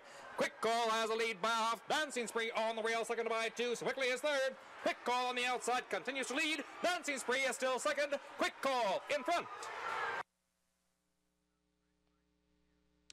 Coming back to defend his title and beating a horse who was down on the inside there who would come back to win the Breeders' Cup Sprint that year. In fact, he would come back again in 1990 and just miss a third straight Forgo, losing in a photo to a horse named Lay Down. 9 wins in 16 starts here at Saratoga, 2 runner-ups as well. Guys, as we take a look here at the accomplishments of the horse for the course as he was known in his day. It's pretty amazing. I mean, he beat Groovy in 1988. He beats Dancing Spree, who comes back and wins the Breeders' Cup Sprint in 1989. I think he beat Jade Hunter up here. If I'm not, like the opening day first race to start a meet once. He was a marvelous racehorse. Yeah, just you lost me at Groovy. He's just one of those horses when you beat a champion like Groovy, and you're in the exacta or in the trifecta, 43 out of 86 times, exactly 50% of the time. And it's the day of the war horse, right? We're never seeing horses run 86 times. I think one year, Andy, he ran 18 times one year and won 8 times. Unreal. Sidney Waters, his trainer, did a tremendous job with him, and of course, Linda Stokes is here today to present the trophy for this race, and you can see her in the winner's circle right there. That's great. I mean, that's what this game is all about. And you think about him beating Groovy in 1988. Groovy won the Forgo in 1986 as a 3-year-old, beating the mighty Turkoman, and he's 33 and he's still around. Yeah, that's Quick Call at Wallkill Correctional Facility. He moved there in 2001, part of the Thoroughbred Retirement Foundation's Second Chances program that helps inmates transform their lives, giving them a skill set and also a positive outlook on life. 33 years old. He is still there, and it is said still pretty much the same horse. He doesn't look for any company from horses or people. If you need something from him, you got to go out and get him. He does make his presence known, though. He's an incredible horse. I mean, if you're talking about, and Paul was alluding to it, that this is a horse who started over 80 times, the longevity of his career and the longevity of his post-race career as well. It's just amazing to see what animals can do, horse race thoroughbreds can do after their days are done on the racetrack. Well, he was a favorite here, and of course we're going to have one of the all-time favorites as well, race named in his honor coming up over the weekend in the 4-star Dave. But this 9th, the Quick Call, 5.5 on the turf, as you see the winning connections there back from race 8. That was race 8 earlier? Race 5. Race 5, sorry. And that was also part of the Thoroughbred Retirement Foundation. That was a race named in their honor. And a lot of proceeds, including a book signing from earlier today, that all benefiting that program, which is a tremendous program. There's several of those around the country, but that is one of them that helps inmates learn a new skill set and help move on and rehabilitate in their lives as well. Quick Call, Blind Ambition, we told you was the favorite earlier, still is right now. That turf debut for Blind Ambition, 7.5 on the turf. It came back on May 28th, and he just absolutely aired in that turf debut.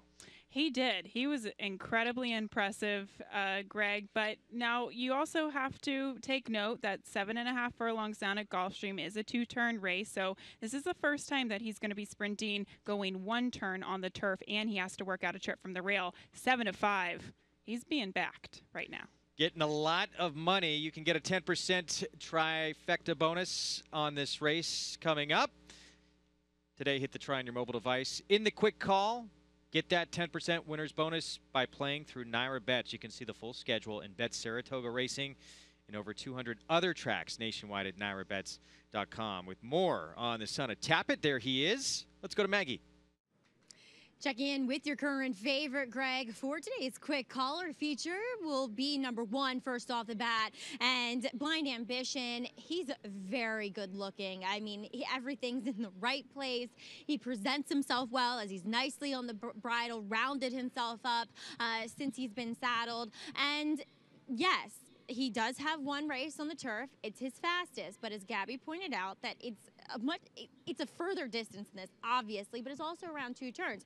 He is a bigger, scopier type. He doesn't look necessarily like your quintessential turf sprinter, where there are some of those, physical types in here that he has to face. I really like him. I think he's a talented horse. We'll just see if the 5.5 does end up being on the short side for him. Moving on to number 3, that is Malraux for Ignacio Correas, and his best races have arguably come on the synthetic surface at Arlington Park, but he's run well enough on the turf, and he looks as though he should handle it. He's another one that I know he is very fast. He is a bit bigger, but he's very much built downhill, and that's just indicative of a horse who has that speed. He's extremely fit in here, extremely classy acting as well, so getting back to the turf should not be a problem for him. Moving on to number 5, that is Expedited Vision. He's undefeated, dirt and turf. He looks like a turf sprinter, though, so I'm a bit intrigued to see what he can put forth after that maiden-breaking score first time out here in his first try against Stakes Company. He's actually more impressive than what I had kind of envisioned from him in those replays. He's smaller in stature, but he's very rounded out. He's very well muscled. He's strong. There's a lot of substance to a horse that is a bit on the smaller side, but I think he fits well with these. I wouldn't be surprised if he can jump up and make an impression here, as he currently is 3-1. And then number 4 is the Money Monster. He has yet to get on the grass, and I'm a bit dubious of him, to be honest. Majestic Warrior isn't the worst influence in the world, but he does come in here with those front bandages on for this 3rd start in a row. He's kind of very upright in his pasterns, and to me, that doesn't necessarily spell turf overall. And furthermore, he kind of looks as though he wants to run a bit longer than the 5.5. But Andy, Paul, how do you envision Blind Ambition handling the 5.5 on the turf here? No, we'll talk about that in a moment, but we're going to start actually talking about Malraux first, the 3-horse. He's a very dangerous horse, and he's probably the inside of the speeds, and maybe, Paul, the speed of the speed. His one turf race got a buyer figure that was much lower than the figures he earned in synthetic races at Arlington Park, races rained off the turf. But I was talking to Andy Beyer, and he agreed, looking at the horse who won that race, won 3 straight, that number probably could be a little bit higher. Yeah, he got beat by a nice little horse that's won 3 in a row, one at Tampa and then one again at Monmouth. You look at his last couple of races. I know they're off to turf events. I know they're a 4-horse field and a 6-horse field, but wow, he's doing it very nicely. He's going to try to win this race out of the gate. He's got a ton of quickness. Now, he hasn't been looked in the eye yet. We'll see if that happens today. We'll see. And if there's going to be a lot of pace in there, he's the speed that I would want, but if it may set it all up for Blind Ambition, and Maggie talked about it, and Gabby did as well. His one turf win was 7.5 furlongs at Gulfstream. With the run-ups they have, those are mile races. They're not sprints. They're true routes. Can he effectively turn back to 5.5 furlongs? I'll tell you what, he can on the dam side, Paul, because Starfish Bay, the dam, she might have held the track record for 5 furlongs actually at Gulfstream Park on the turf. So from the dam side, he's supposed to be very good going short on the turf, and he should get a good trip. He should get a good trip. I'll tell you what, this was an impressive replay. He sort of broke a little bit. Well, he was sharp, and then Tyler Gaffalone tried to take a hold of him, and he was having nothing of it. He just literally took away this field on the backside, about 4 wide, went around him, and then just kept on going. It was a freaky effort, almost to the point that I'm thinking that the connections go, okay, he's so darn good, maybe going around 2 turns. Let's try him again, because maybe we can get him into the Travers. Maybe we can get him into an important dirt race down the line. It didn't work out, so now they're going back on turf. But if he runs that race again, wow. Yeah, if he handles it, I agree. Yeah. He's a turf horse, and this is what he's supposed to be doing. I'm going to box 1-3 in the exact, and I'll tell you what, if Malraux stays around the 5-1 range, I'm going to bet that one to win, even though I prefer Blind Ambition in here. What about the 5 Expedited Vision? Ran very well to break his maiden on the turf. Went to the dirt, may have even run better. But even so, is he fast enough to get involved with Malraux and then hold off the likes of Blind Ambition, if not some others? I think so. You know what? I thought his first race was good. And Gabby, you and I talked about this earlier. He was never really got a breather throughout that whole race. He was inside of horses. He sort of turned away the favorite that day, and then he turned away Dundalk. And at the end of that race, it looked like he wanted to still go on with it. You're absolutely right, Paul. Now, the issue that I have with him last time out, so you look at his debut performance sprinting on the turf, and it was very impressive. In his most recent start, actually, when it was just a 4-horse field, he broke to the outside, and he broke out badly with an outside post position. Now, Indy Hill is a horse who is outside, who I don't think is fast enough. He'll probably be on the outside by himself when the gates are open. And to me, he's a horse that can't go back to those antics today and breaking out at the start. This is a horse who needs to be forwardly placed and press the likes of Malraux. If he doesn't do that, Malraux is going to wire the field. So 7 to 5 on Blind Ambition. Our post parade is coming up. Our post parade is brought to you by OCD Pellets, celebrating their 10th anniversary of supporting the equine industry with their 2-in-1 bone and joint supplement. For more information, be sure to visit OCDpellets.com. Andy was talking about the dam of Blind Ambition Starfish Bay. She also was a stakes winner right here at Saratoga at 5.5 furlongs on the turf. He's got the pedigree, honestly, to suggest that he can handle the turn back and distance, but sometimes those 2-turn sprint races, in quotations, can be a little bit deceiving. Well, we're going to see Blind Ambition first when they come out here onto the main track for the 8th running here of the Quick Call. And there is Javier Castellano in the Silks of Gainesway stable, trained by Todd Pletcher. Blind Ambition, 3-year-old by Tappet. His lone try on the turf was incredibly impressive. Where will he be on the turn back to 5.5? David Fox trains Mongo Nation for JEH Racing Stable. Luis Saez rides. He failed his class test in the Paradise Creek 2-back. He has run well sprinting down in Florida, but doing against lesser with perfect trips. Ignacio Correas trains Malraux. Ricardo Santana Jr. aboard for Secure Investments. Back-to-back victories at Arlington Park, albeit on the main track there, which is synthetic. Can he get the turf victory today? Could be the speed of the speed. Turf debut for the Money Monster for Bill Mott, R.A. Hill Stable, and Black Ridge Stable with Jose Lezcano. There's really no turf pedigree to suggest he should move forward on the turf, and he really needs to improve on the turf to be a factor in this race. Exposited Vision comes in from Laurel. He's undefeated. Sheldon Russell aboard for Phil Schoenthal, owned by D. Hatman Thoroughbreds and Schoenthal. He's quick, he's versatile, but he gets a class test today. And long shot on the outside, Indy Hill for Calumet Farm. It's Eric Cancel riding for D. Wayne Lucas. He's a long shot, but he's got 2 wins sprinting on the turf, and he was facing much tougher older horses last time. That is your field here for this 5.5 furlong turf sprint. Here in the Quick Call. Send it downstairs to Maggie for more.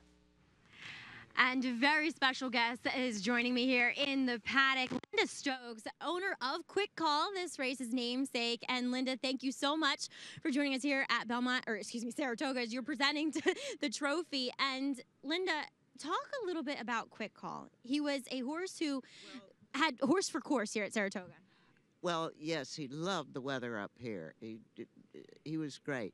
But how we got him was we had a horse at Hermitage Farm, Warner Jones's farm in Kentucky, and picked out a horse, but it was killed by lightning, which was awful. And my husband, Alex Stokes, who was a steward at racetracks, Warner Jones wanted to take a certain horse, and Alex said, well, let me look. And look. He said, oh, there's a horse over there running. I want that one. And that's the one we got. And we named him Quick Call, friend of ours, named Quick Call. It's quite a name, too, for that quick call of calling him out in the paddock to be yours. And a horse that I'm sure brought you so many wonderful memories. 88 starts, talk about longevity, and now he's still, in teaching. Yeah, he's in prison. Yes. But I used to practically have a heart attack every time it ran because it came from behind all the time. And it just absolutely terrifying and would win. And loved Saratoga. The weather up here, I don't know. It was something he did better here than any other track. And obviously almost winning the Forgo 3 times, just short a nose. Such wonderful memories for you, I'm sure, and your family. And we look forward to seeing you in the winner's circle here once again at the spa. Well, I don't know about that, but I'm thrilled there's a race named after Quick Call. Very honored for the horse. We all are. He was quite, one of those battle-tested horses, an iron type of horse. And Linda, thank you for sharing him with us. Well, thank you. All right, Greg? Well, certainly a fan favorite here at Saratoga in his day, 9-time winner at the Spa during his racing career, the Quick Call. Coming up next here on Saratoga Live, the feature for you when we return. Stay with us.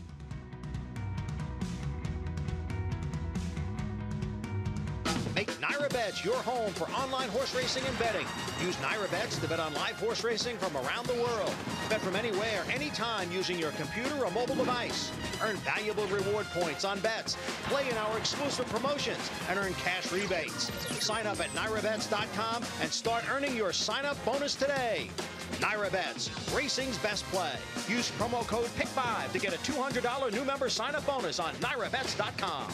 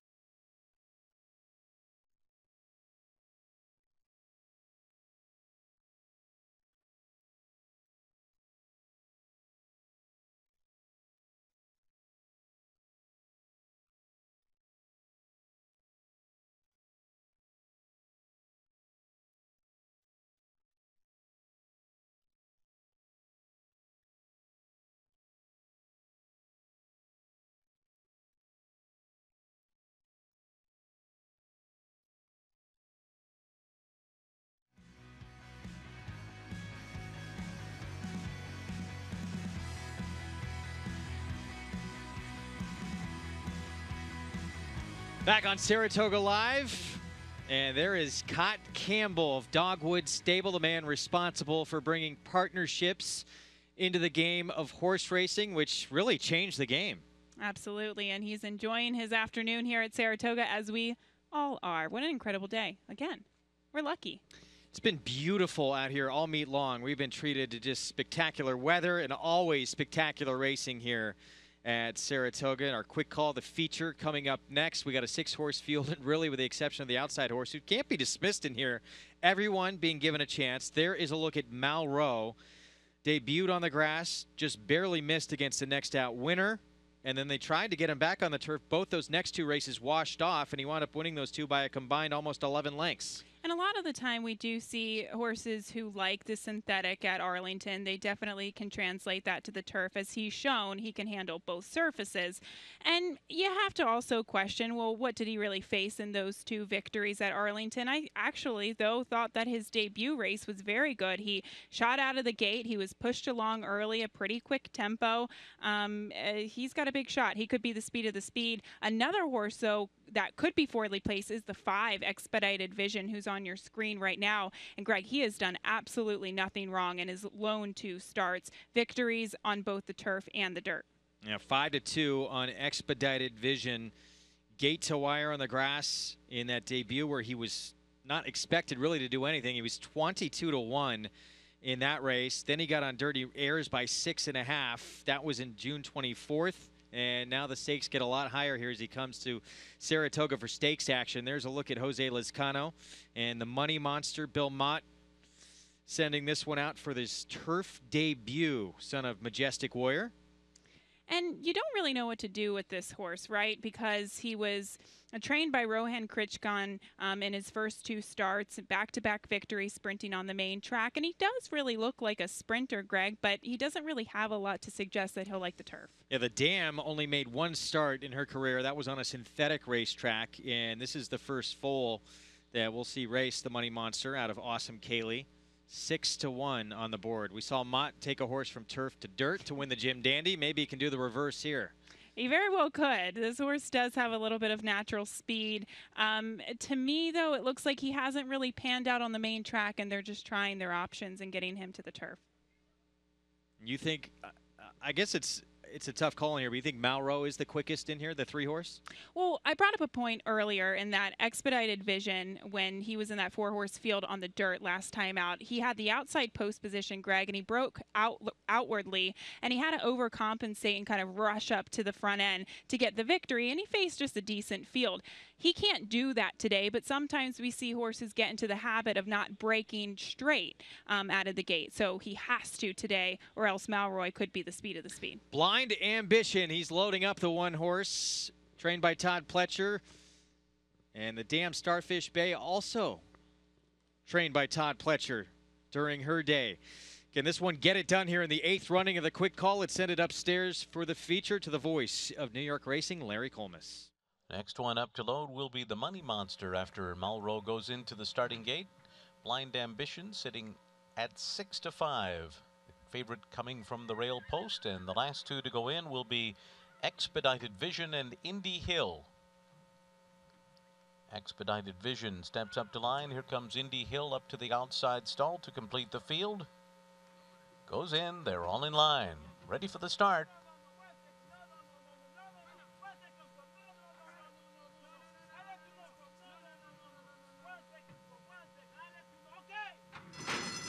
They're off in the quick call. And Expedited Vision is sent to the lead by Sheldon Russell and gets away to a 1.5 length early advantage. Malraux and Indy Hill are right there with Blind Ambition to the inside, then Mungo Nation and the Money Monster. So Expedited Vision hustled out of there to take the lead and will head into the turn 3/4 of a length ahead of Blind Ambition on the inside, then Malraux. Indy Hill 22.42 was the first quarter. Mungo Nation is 5th, 3.5 lengths off the lead, and the Money Monster around the far turn. Expedited Vision leads the way 3/4 of a length. Indy Hill on the far outside. Malraux between. Blind Ambition cuts the corner, and then it's Mungo Nation. They're into the stretch, and it is still Expedited Vision. One more furlong to hold on to this lead. Blind Ambition tries to get by. The others with work to do. It's still Expedited Vision. Blind Ambition getting closer with each and every stride. The 2 of them come down to the line together, and Blind Ambition got there. Running down Expedited Vision to win the quick call. And then it was the Money Monster, followed by Mungo Nation in a final time of 1 minute, 1.51 seconds. Well, his mom was a stakes winner here on 5.5 on the turf at Saratoga. Now Blind Ambition is as well. He wins at 7-5, wearing down the speedster Expedited Vision. Yeah, both these colts ran well today. Expedited Vision just broke like a rocket and just put Malraux, the 3, in a bad position. And for a split second right here, you think that this colt is home, but the horse Blind Ambition was close enough coming out of the carryback in that 2-turn race to just wear down this gray gelding. And Javier Castellano managed to just sit right off the pace. As you mentioned, Paulie, we saw Expedited Vision shoot out of the gate. But if Blind Ambition was any farther back, he might have not caught Expedited Vision coming down this stretch. But a well-timed move by Javier Castellano, recently inducted into the Hall of Fame. This horse ran a huge race and just showcasing his versatility. He can handle 2 turns on the turf, and he can also be a closing turf sprinter going 1 turn. Tough loss for Expedited Vision because there was a mile back to the 3rd horse in here, and I give Sheldon Russell credit. He's obviously watched our races and know that how unaggressive the riders are here, and all he had to do was try a little bit for the lead, and everybody couldn't wait to take back. And then Javier Castellano saw that was going on, and with the closer, Blind Ambition, he got himself up inside to secure his position so he wouldn't get shuffled back there. And then when the field spread top of the stretch, he was able to get out. Excellent ride by both the 1st and 2nd finishers, and a race that really didn't deserve a loser. There's winning trainer Todd Pletcher looking on and liking what he sees from his 3-year-old son, a Tappet here, who is perfect 2 for 2 on the turf. It's Blind Ambition in the quick call.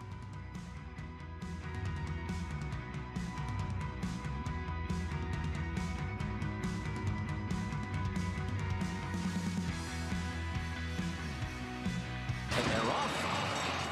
NyraBet's Pick 5 is now available exclusively online at NyraBets.com. Bet the NyraBet's Pick 5 every race day with a 15% takeout. on the last 5 races on the card from the country's best racing at Belmont and Saratoga.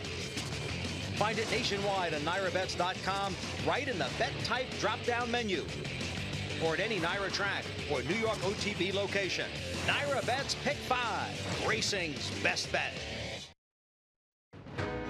Grade 1 winner Lee traveled the world competing against the best of his generation. A graded stakes winner on both dirt and turf, he set a new track record in the Grade 1 Don Handicap and retired with earnings of more than $2.3 million. With his much-anticipated first foals hitting the ground this year, the sky is the limit for this promising young stallion, Lee, at Claiborne Farm.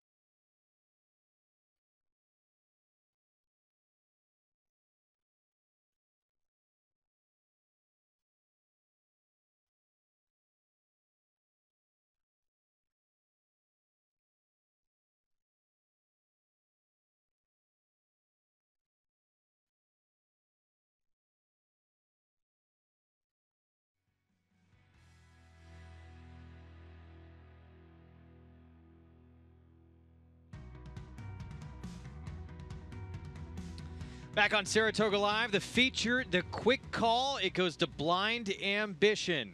2 starts on turf and 2 victories for trainer Todd Pletcher, son of Tappet, out of an elusive quality mare. Starfish Bay, Javier Castellano, timing things absolutely perfectly to get this victory and to wear down this speedster Expedited Vision for the win here in our feature race. Let's send it downstairs, and it looks like Gainesway Stable. Nice little sprinter here on the turf. After that debut at Gulfstream, he wins at 7.5. Now shortens up to 5.5, and no problem. Wins in 1:01 and 2 here to take the feature. Let's go to Maggie for more. Hold on one sec.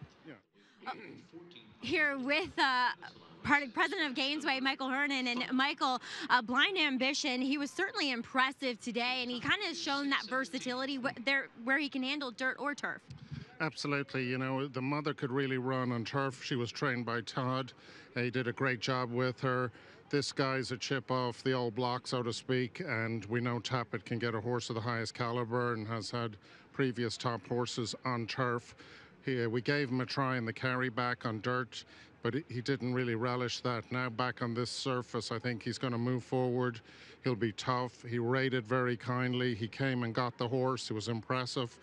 He was in the Maryland 2-year-old sale.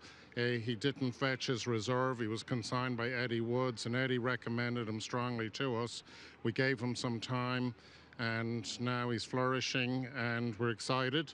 It's nice to have a stakes win at Saratoga, and life is good.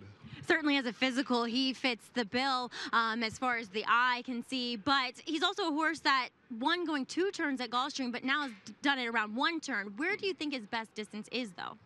Well, I'm going to leave that up to Todd Pletcher to guide us there. Clearly, he'll run further than the 5.5. I think he might be really tough one-turn miler on turf. Well, Michael, congratulations. Enjoy this win in the quick call. Thanks, Maggie. All right, it's all about blind ambition here, Craig. Gainesway Stable.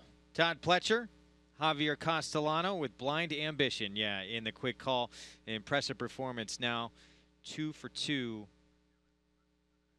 on the turf.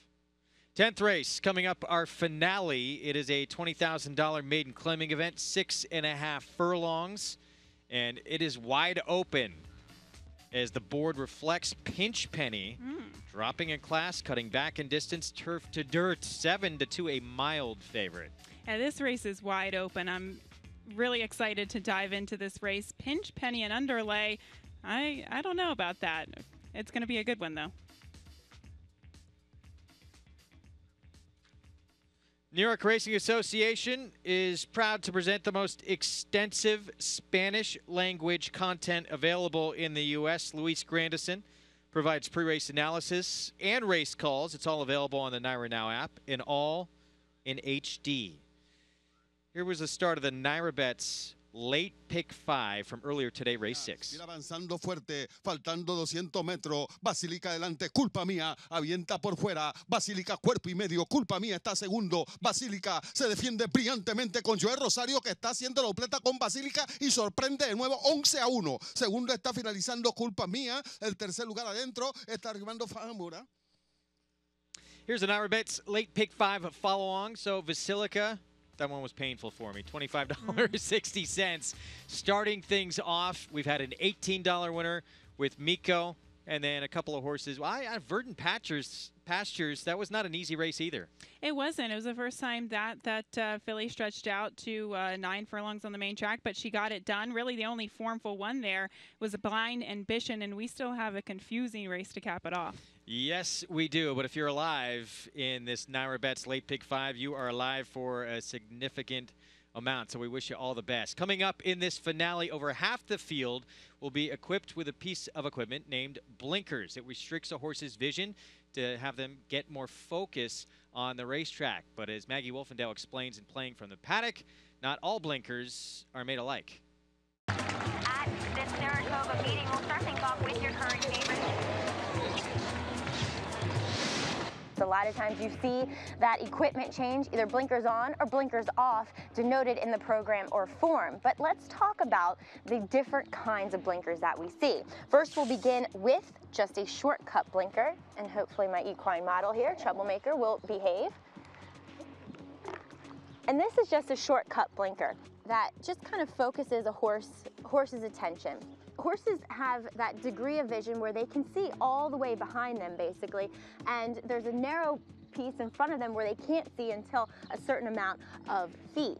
So what this is doing is just blocking his vision from behind. So it'll encourage a horse to kind of focus and just run forward. Now these set of blinkers do have a hole here, so he can see a little bit of what's going on behind him, but it's just a kind of blinker that doesn't cause that much difference in a horse's running style other than to just focus. All right, now this is the next kind of most common blinker that you see. So it's a 3/4 cup. It's covering a little bit more of the eye. Once again, this one has a hole, so the horse can see a little bit behind him, but he's not gonna be able to see quite as much to the outside as either of horses kind of around him. So it's even more of a blinker to encourage a horse to go forward. All right, now this pair is called a full cup blinker. I mean, the horse cannot see anything to the side or behind him. So when these kind of blinkers go on, I think a lot of trainers are trying to elicit some speed from their horses. So it's just go and run as fast as you can.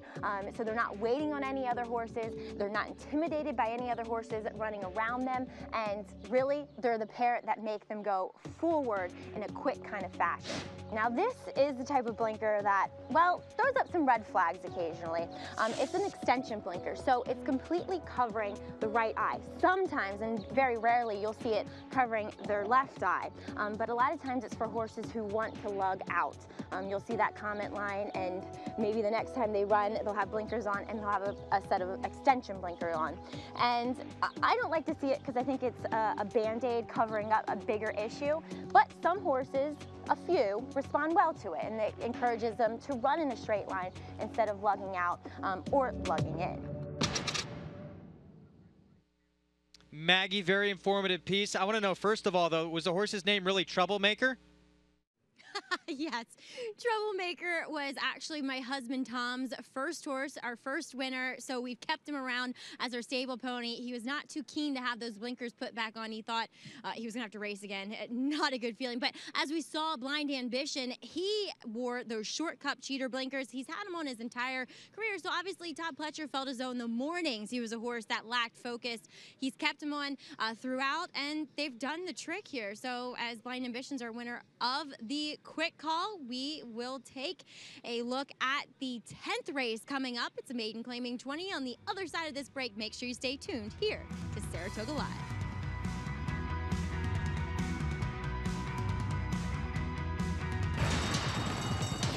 Change the way you watch racing forever with the new NYRA Now app. Live racing in English or Spanish. From a variety of camera angles, race replays, talking horses, race analysis, and a multitude of on-demand content, all in high definition. NYRA Now is available on many platforms, including iOS, Android, Roku, Apple TV, Amazon Fire, and more coming soon. Download NYRA Now today, free in the App Store, and start watching the best racing like never before.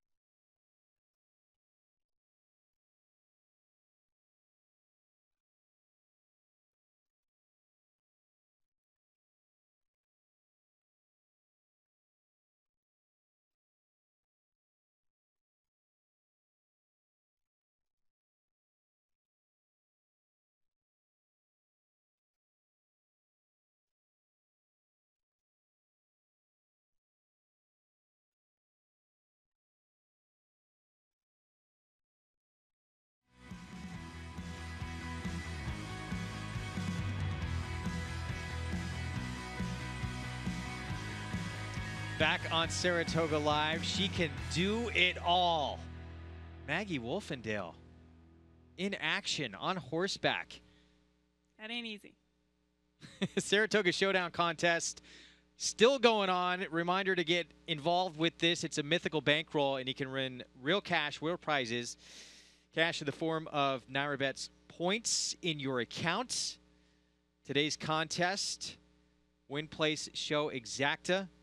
And We're going to show who's leading the way coming up right now. So it looks like we have, well, you never know what can change here in the last. But Adam C1233 in strong position right now. Yes, and Horse Sense. I like that name. And third, we have the Mix at 89 in second. We still have an interesting race to come, but this is a fantastic showdown that you have to get involved in. No risks and everything to gain. Yeah, again, a chance, too, to get an entry if you win each day to win a prize package for next year's Belmont Stakes, valued at $2,000. Finale, guys, coming up here in just 17 minutes, and the board wide open. Yeah, I'm a little bit surprised. I actually thought the worst that I scratched into, the 10 Fortunate Queen, might be a bigger favorite. She did finish behind Miss Pearl last time, but that was a good track. It was really actually sloppy at that point that day. She takes the big drop here, Paul. I think she's the worst to beat for Reed Rodriguez, but it's wide open. It really is. Her and Miss Pearl, the 8, were the two that were really battling for second, and they were just no match for the winner that day, about 13 lengths behind. You're taking a look at the 10 right now and the 8 right in front of her. And they just come out of the same race. They were not separated. They basically ran right around each other. So the price is about the same, 6-1. Yeah, with Fortunate Queen, she is second off a little bit of a layup, but really just chipping from the West Coast. Yeah. I thought she's probably the logical horse in this race, but I'm not going to argue with people about a lot of horses in here. A lot of them can win. I got a question about Pinch Penny. Not Pinch Penny, I'm sorry, Loose, the 4 horse. If you look at Loose's first 3 races, not one of them really make this horse look like she's much of a runner. Then the race at Parks at 6.5 furlongs, she gets a 69 buyer, and then they went to the turf. I can disregard a turf race. If she runs a 69 buyer in here, if you told me you know she runs a 69 buyer, anything above 3 to 5, and I'm going to the window. She wins. But it was a 6.5 furlong race at Parks. Do I really trust she can run back to that number? 6.5 furlong figures can be a little bit tricky. They can be, but here's the thing. Mini 30,000 is not the low at Parks. So if you come here for like maiden 20 or maiden 40, that's basically the low. There's probably another level that this horse could have dropped into. So you could argue this is a lateral move or even a little bit of a drop for her. Oh, that's a fair argument. The second horse in that race did come back to win, so I don't suppose it's impossible. Now, Pinch 20 is one you're kind of interested in. Going back to the dirt with a horse that made her first 3 starts in the dirt, ran against better company in all of them, and one of them finished a distant third behind Cursor, who did run in the test off a win, and she got a 58 buyer that day. That would be good enough to make her a contender. You know, it's funny you say that. That's the race I went back and looked. She was a little green that day. I thought she made up ground late in the race, and I can understand why they wanted to go 2 turns with her. They went 2 turns on the turf. That experiment did not work. Now they're going to come back to sprinting. And listen, she catches a weak field here. She's going to have this field fall apart. No, I think there are things to like about her. That's why she's taking money at this point in this race. The 11-horse Fairy Brook, she's sort of a new face of the crew for Ron McQuett. Been running out of town, Churchill Downs, Oakland Park, even recently at Ellis Park. I like that she's cutting back in distance, though Ron McQuett's numbers turning back in distance from routes to sprints. Not that strong. Not that strong, but I think that she's going to like it. And if you look at her last race, I know Gabby looked at it. Jack Gilligan was basically trying to hit this horse left-handed deep in the lane. I think he was going to put the 2 to 5 favorite away, and he lost his whip. But he kept on with this filly, Gabby, but he just could not put away the favorite. You know, I'm just impressed that you know the first name of Jay Gilligan. That, to me, is the absolute highlight of the show for me. I don't know what Maggie thinks. I don't know if Maggie knew that it was Jack Gilligan. No, Polly certainly has one up on me, that's for sure. Knowing the riders' names out there, yeah, not my forte. I look at the horses more, and that's exactly what I'll do here as we'll take a look at number 4, Loose. And to me, guys, she is the best-looking horse in this field. As I agree with Polly, it's kind of a lateral move from that race 2 back at Parks, and she fits very nicely, if not better than the rest of the crew she faces here. She's dappled head to toe. She's always been a bigger, good-looking type of filly, but overall, I think she is the likeliest winner here based upon looks as she's third off of a layoff. Next, we'll check in with that Jack Gilligan horse, number 11, Fairy Brook. I agree with the guys that turning back is ideal, but holy smokes, it looks as though mentally Saratoga may have gotten to this filly. Granted, she may always be like this, but she is a nervous Nelly there, kind of keeping her in the back of the stall because when they brought her out, she was running everybody over. She's just very, very on tilt at the moment. So hopefully mentally she can keep it all together here before heading into the gates. I just never quite like to see a filly acting like this. Greg? All right, not a good sign, but she right now is our 7-2 favorite on the board as well. So wide open race and some reasons there maybe to play against a mild favorite. For sure, and she has an outside post position. She's been a filly that's actually been pretty consistent going long in the past couple of starts, so we'll see if she can turn back. But this is, as we still stay on the 11 Ferrybrook, I think that she'll show the good thing about her, though, Greg, is that she at least has some speed where she can probably get herself into the game from that outside post position. Yeah, we will see. She'd been facing straight maidens for the majority of her career early on until the last few starts. She continues to drop down. Meanwhile, here's Oro Verde, David Donk. We saw him start to heat up here at this meet just the other day. We have, and he's had a good meet thus far, and I like this filly's races. And her debut, it was okay. That race could actually beat this field here today. She came off of the layoff, and you really have to kind of dig into her past performances and pose excuses, and she's going to be a price, so that's okay. Thought it was a good, useful race back in April against Maiden $40,000 Company. She was outclassed against Maiden Special Weight Company, including first leg of the Canadian Triple Crown winner, Holy Helena. Exactly. I mean, look at the company that she's kept, and even last time out, I thought it was a very good race. The winner, she hugged the rail that day. This filly went about 6 wide, so now she gets the rail post position. She's got speed to stalk. A lot to like about her. Yeah, horse who beat her last time out, who came back to win, ran second actually here at Saratoga at 30-1 and a 50,000 starter allowance to flatter her form. Here's Muselet. This is the 3. Florent Giroux will be aboard for Rick Violet, and this one dropped back in for 20 last start. That was her first start of the year since December, back on July 16th. And Rick Violet doesn't have good stats coming off the layoff. First off the layoff with dirt sprinters, he's 0 for 17. But look at how things change with his dirt sprinters making their second start off the layoff. He's 26%, a positive ROI. So she at least got one useful race underneath of her, and I think she's going to dramatically improve today.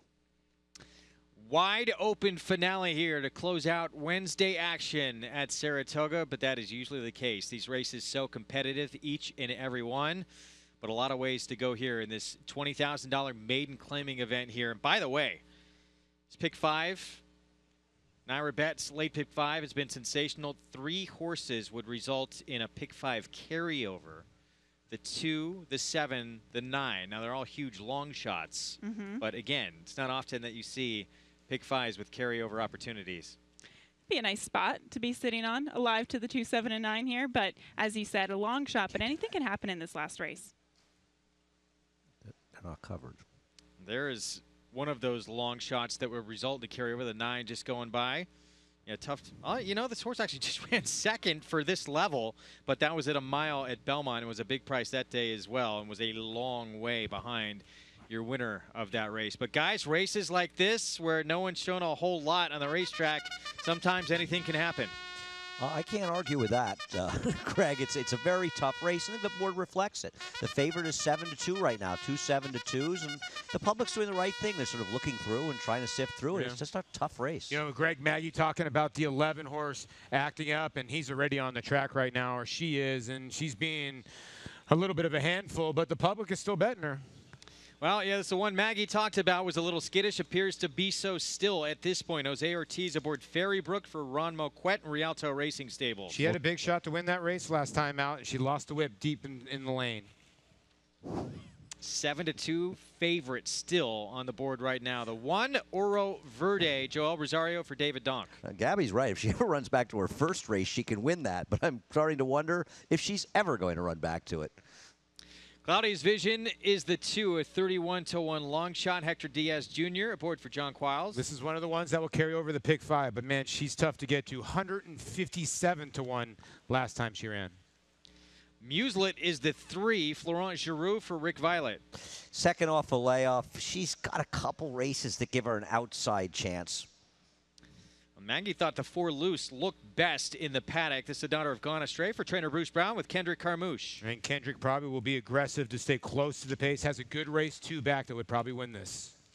Pinch Penny going to cut back in distance, go turf to dirt for trainer Peter Pugh. Luis Saez aboard. Tried Lasix for the first 3 times in her career, then blinkers. Now she's coming back to dirt, and I think her best races are there, and she is getting bet. 12-1 on the morning line to 5-1. Verona Blue, the 7, sent out by Mary Alice Coffey with Ricardo Santana Jr. She would be one of those 3 carryover horses. If she wins, I'm going out and playing the lottery tonight. Miss Pearl is the 8. Gary Contessa trainee with Angel Arroyo. I thought she was okay last time, at least for 6-1. She might be worth a little bit of a win bet here, and Gary's horse is starting to fire. Joseph Mazza sends out the 9 Feisty Lulabelle with Eric Cancel. She's a little on the slow side, but of the horses to create a carryover, she's the most likely to win. She is 23-1 on the board. She's only hit the board twice in her 9 career starts. The 10, Fortunate Queen for Zayat Stables, trained by Rudy Rodriguez with Irad Ortiz Jr. I really feel this is a filly you need to play against. When this horse has been in a barn like Bob Baffert's and could not get within 10 lengths of somebody, it's a problem for me. And there's another look at Ferrybrook. Has she settled down at all? Not so much. Still throwing that head around. We'll be back. 7 minutes to post here in our nightcap at Saratoga. We'll be back. Make NyraBets your home for online horse racing and betting. Use NyraBets to bet on live horse racing from around the world. Bet from anywhere, anytime using your computer or mobile device. Earn valuable reward points on bets. Play in our exclusive promotions and earn cash rebates. Sign up at NyraBets.com and start earning your sign-up bonus today. NyraBets, racing's best play. Use promo code PICK5 to get a $200 new member sign-up bonus on NyraBets.com.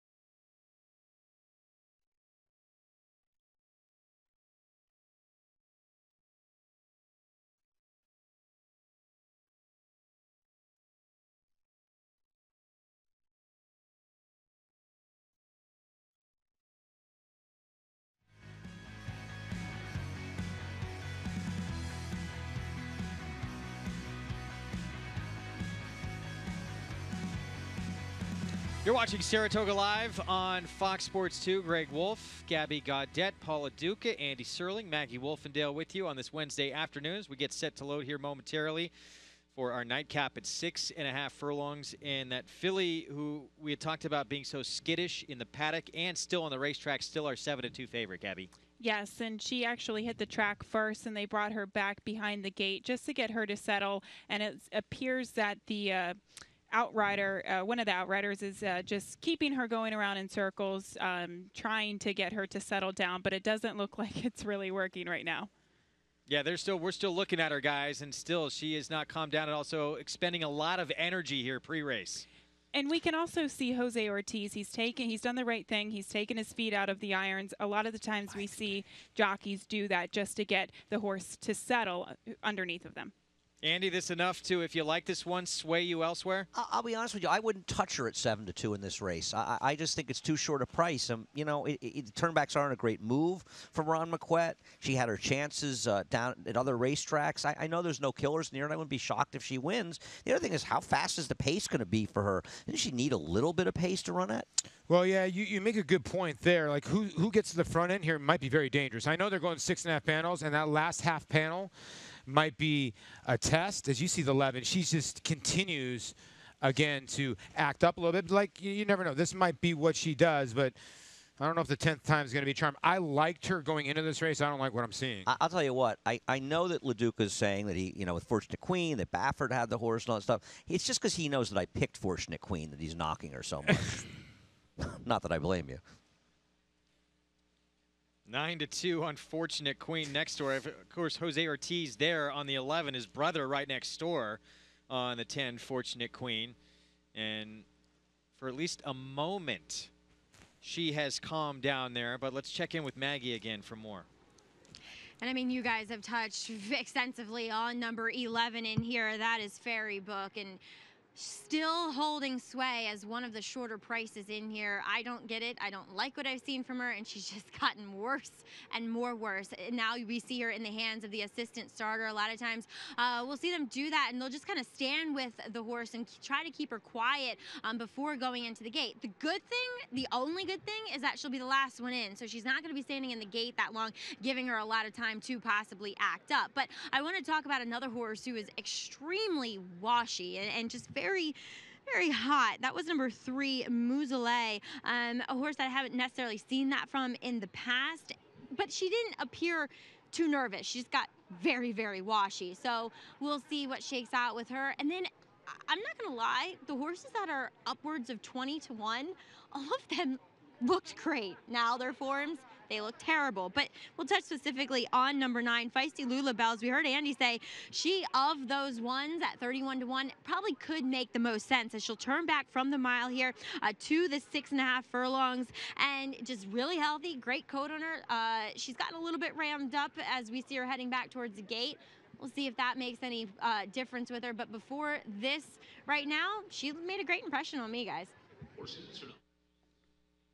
We don't need to make this race any more difficult with long shots now, do we? It is a difficult race, but I think the betting public, Greg, might be on the right horse. Maggie touched on the 4 Loose, said that she looked fantastic in the paddock. It looks like she's been settling since getting to the track. And a lot of the time, I know Andy was alluding to her Parks race, we saw a couple other horses come out to improve their buyer speed figures, and a lot of the times we see horses just take that step forward from their 2-year-old season to their 3-year-old season. So on paper, I do prefer our Verde, the 1 horse, but I do think that the 4 Loose is probably the horse to beat here. Well, that has become your favorite now, Loose, coming in from that turf event at Belmont the last time that she was on a dirt surface. That came at Parks for 30 maiden claiming in her 2017 debut. And there's a look again at Fairy Brook, starting gate crew member, trying to keep her calm. And doing a good job. She is finally settled. She was not really reacting to the pony very well, who was holding her just a few moments ago, but it seems like she's settled pretty nicely. And as Maggie said, she will be the last one to go into the gate, best case scenario for a filly that's been acting up.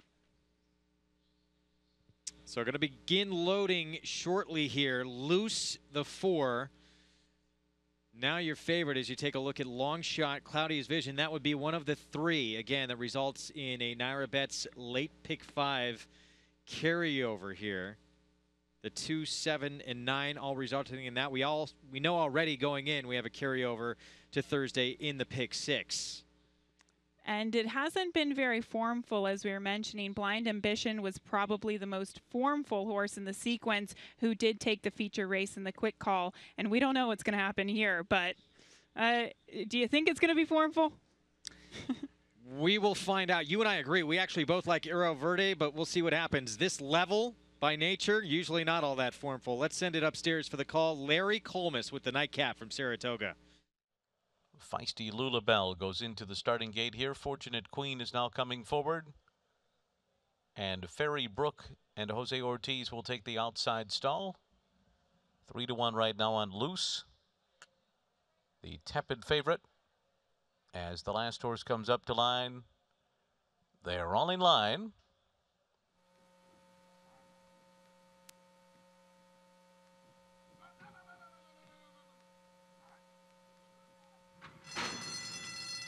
They're off. A very even beginning. It is Miss Pearl who goes out to the early lead, joined on the outside by Fortunate Queen and Fairy Brook, and these 2 take over, and they're followed by Pinch Penny away running in 4th. Oro Verde is 5th on the inside as Loose goes up outside of horses, now 4 lengths off the lead. Then Verona Blue, Feisty Lulabelle on the inside, Claudia's Vision, and Mousselet is last of them all. So the field running up the backstretch toward the far turn in pursuit of Fortunate Queen, who leads the way a length. Fairy Brook on the outside creeps up a bit closer in second. Now it's down to a half-length lead. Loose is 2.5 lengths behind them. Oro Verde is fourth on the inside. After that comes Miss Pearl, followed by Pinch Penny and Verona Blue and Claudia's Vision. Around the far turn, and here comes Fairy Brook. Fairy Brook on the outside of Fortunate Queen. The Ortiz brothers 1-2 as they turn for home. Oro Verde is 3 lengths off of them, running in third, and they're into the stretch. Fairy Brook on the outside. Fortunate Queen battles on from the rail. Fairy Brook, Fortunate Queen, side by side. Fairy Brook's in front, though. Shaking away now from Fortunate Queen, who angles outside. After that, it's Oro Verde in third. It is Fairy Brook. Fairy Brook moving away from Fortunate Queen now, and Fairy Brook's got it. Fairy Brook under the wire, a 5-length win over Fortunate Queen. And then came Oro Verde, and very close for fourth between Pinch Penny and Verona Blue in the final time posted in 121.84. Well, Fairy Brook, I think, with her appearance pre-race, fooled a lot of people in here. Winds up late, going off at 3-1 as your post-time favorite. I'll show you, she said.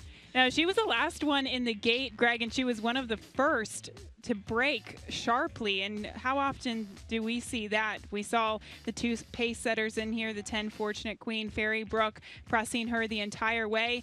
And really, once the gates opened, she was all professional. She had good energy coming down the lane. We didn't see anybody making a closing bid. She was the best horse in this race. Now, they're showing very, very slow fractions. I find them a little bit hard to crazy, believe. right? You want to check Trackus, and you can go to Trackus on the website and check it out because they don't really make much sense. Not that we think this should have been at a faster race. The fractions are a little too slow to believe, and the pace setters ran 1-2 or 2-1 around the track. They did, and you know this horse really, this filly probably should have won last time. When the jockey lost the whip, I really feel she was going to come back, and this just shows you it's a lateral move. This is the bottom here at Saratoga, but 30,000 is not the bottom at the P-Patch at Ellis. And I know that my friend Paul Duca had an all going here, so I knew the favorites were going to win. 100%. That's when you know when the favorites are home. Gosh.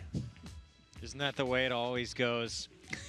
Most of the time, not always. But by the way, it was a photo for fourth. It winds up going to the 6 Pinch Penny. So 11-10, 1-6 here in the finale. And another fantastic day for the defending champion jockey here at the meet. Jose Ortiz, 3-win afternoon for him as he closes things out with a win on Fairy Brook. We'll be back. One final segment coming up. The results from the finale right after this. Change the way you watch racing forever with the new NYRA Now app. Live racing in English or Spanish. From a variety of camera angles, race replays, talking horses, race analysis, and a multitude of on-demand content, all in high definition. NYRA Now is available on many platforms, including iOS, Android, Roku, Apple TV, Amazon Fire, and more coming soon. Download NYRA Now today, free in the App Store, and start watching the best racing like never before. Claiborne Farm is proud to offer the regally bred Orb. The son of Malibu Moon compiled a 5-race winning streak that included the Fountain of Youth and Florida Derby. In the Kentucky Derby, he defeated rivals Will Take Charge, Oxbow, Golden Sense, and Palace Malice. Now the millionaire racehorse is garnering big checks for breeders. In the auction ring, Orb is the #1 sire of his crop, with first yearlings selling up to $450,000. Now is the time to book your mare to Orb at Claiborne Farm. Undefeated in sprint competition, Eclipse champion Run Happy captured 3 Grade 1 victories and set blistering speed records at both Keeneland and Saratoga. In the Breeders' Cup Sprint, he dominated the world's fastest runners, going 6 furlongs in a record-breaking 108 and change. The only horse nominated for 3 Eclipse Awards, Run Happy was crowned champion male sprinter, all the while racing 100% drug-free. Champion, millionaire, record breaker, Run Happy, standing at Claiborne Farm. Change the way you watch racing forever with the new Naira Now app. Live racing in English or Spanish. From a variety of camera angles, race replays, talking horses, race analysis, and a multitude of on-demand content, all in high definition. Naira Now is available on many platforms, including iOS, Android, Roku, Apple TV, Amazon Fire, and more coming soon. Download Naira Now today, free in the App Store, and start watching the best racing like never before.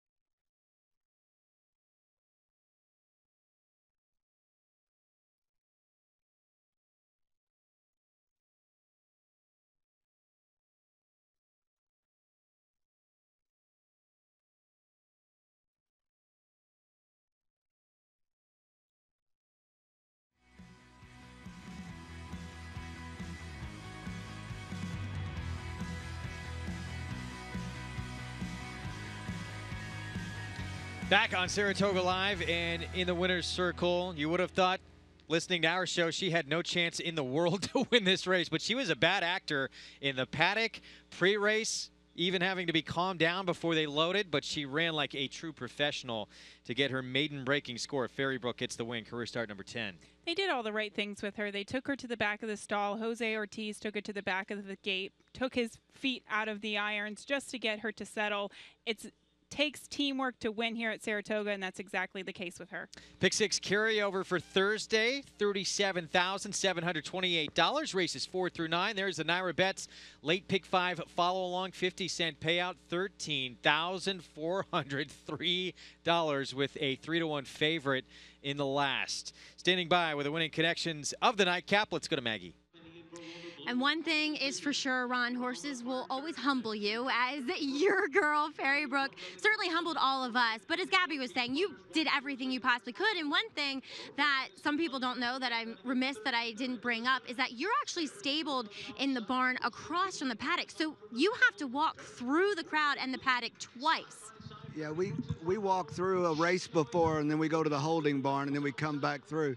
She was able to make it all the way through there, and everything was cool. And then we got to walking around a little bit. The 10 was getting saddled on the walk. She lunged, and the crowd smooched, and then it was off to the rodeo. You did a great job keeping her stall. Jose tried to keep her quiet behind the gates as well. But when the gates sprung open, she was all racehorse.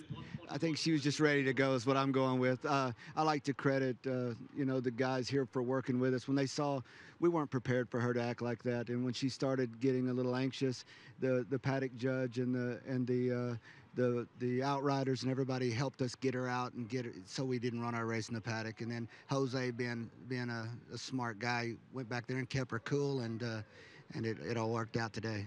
And hoping things work out, that we'll get to see your nice sprinter Whitmore in the forego. But he had to miss the race earlier on the Vanderbilt with a foot issue, but everything's back to normal now?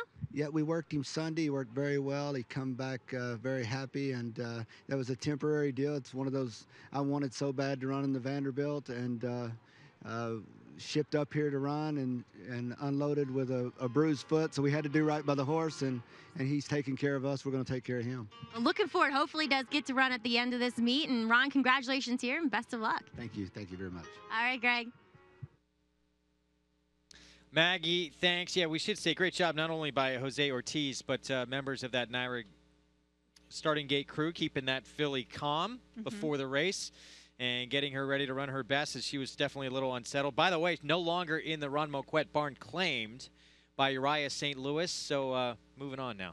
Moving on up. And no, Ron Moquette just touched on it briefly, but hats off to all those who are handling the filly to get her at her best. Reserve some of that energy that we saw coming down the stretch.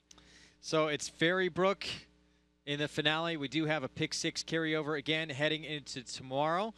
And coming up on Friday, our feature is the Tail of the Cat. We have the 1-2 finishers from the same race last year. Stall Walking Dude Chief Lion, who was actually favored in that race. He ran second, coming back to do battle with each other. And Stall Walking Dude is going to be your heavy favorite on the morning line, and rightly so. This is a horse who has just been in tremendous form recently. Now, he comes out of the Belmont Sprint last time out, but quite frankly, that was against one of the top, if not the top, sprinter in the country in Minder Biscuit. So he's coming in very good form at the ripe old age of 7. Yeah, competitive field. Of course, Weekend Hideaway, 7-year-old. He's back-to-back winner of the Commentator, and that's the race he is coming out of. He won it on a sloppy racetrack at 6-1, his most recent start. And he was entered in the John Morsey earlier this meet. He was scratched out of that, pointed towards this race, the Tail of the Cat, and we can see him coming down the stretch when he did get the victory. He's a very versatile horse. He can win going long. He can win sprinting. He's got a big chance in here, too.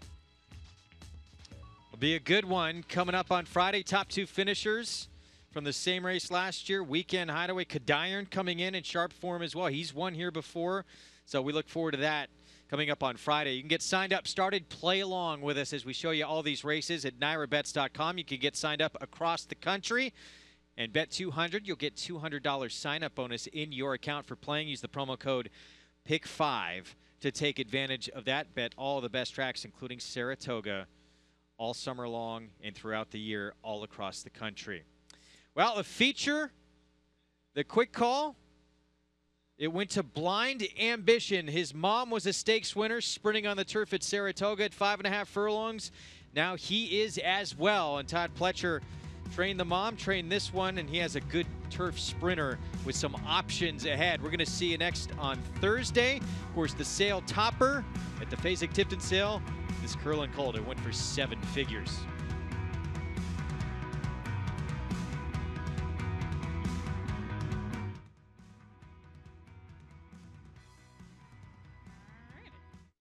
Thank you.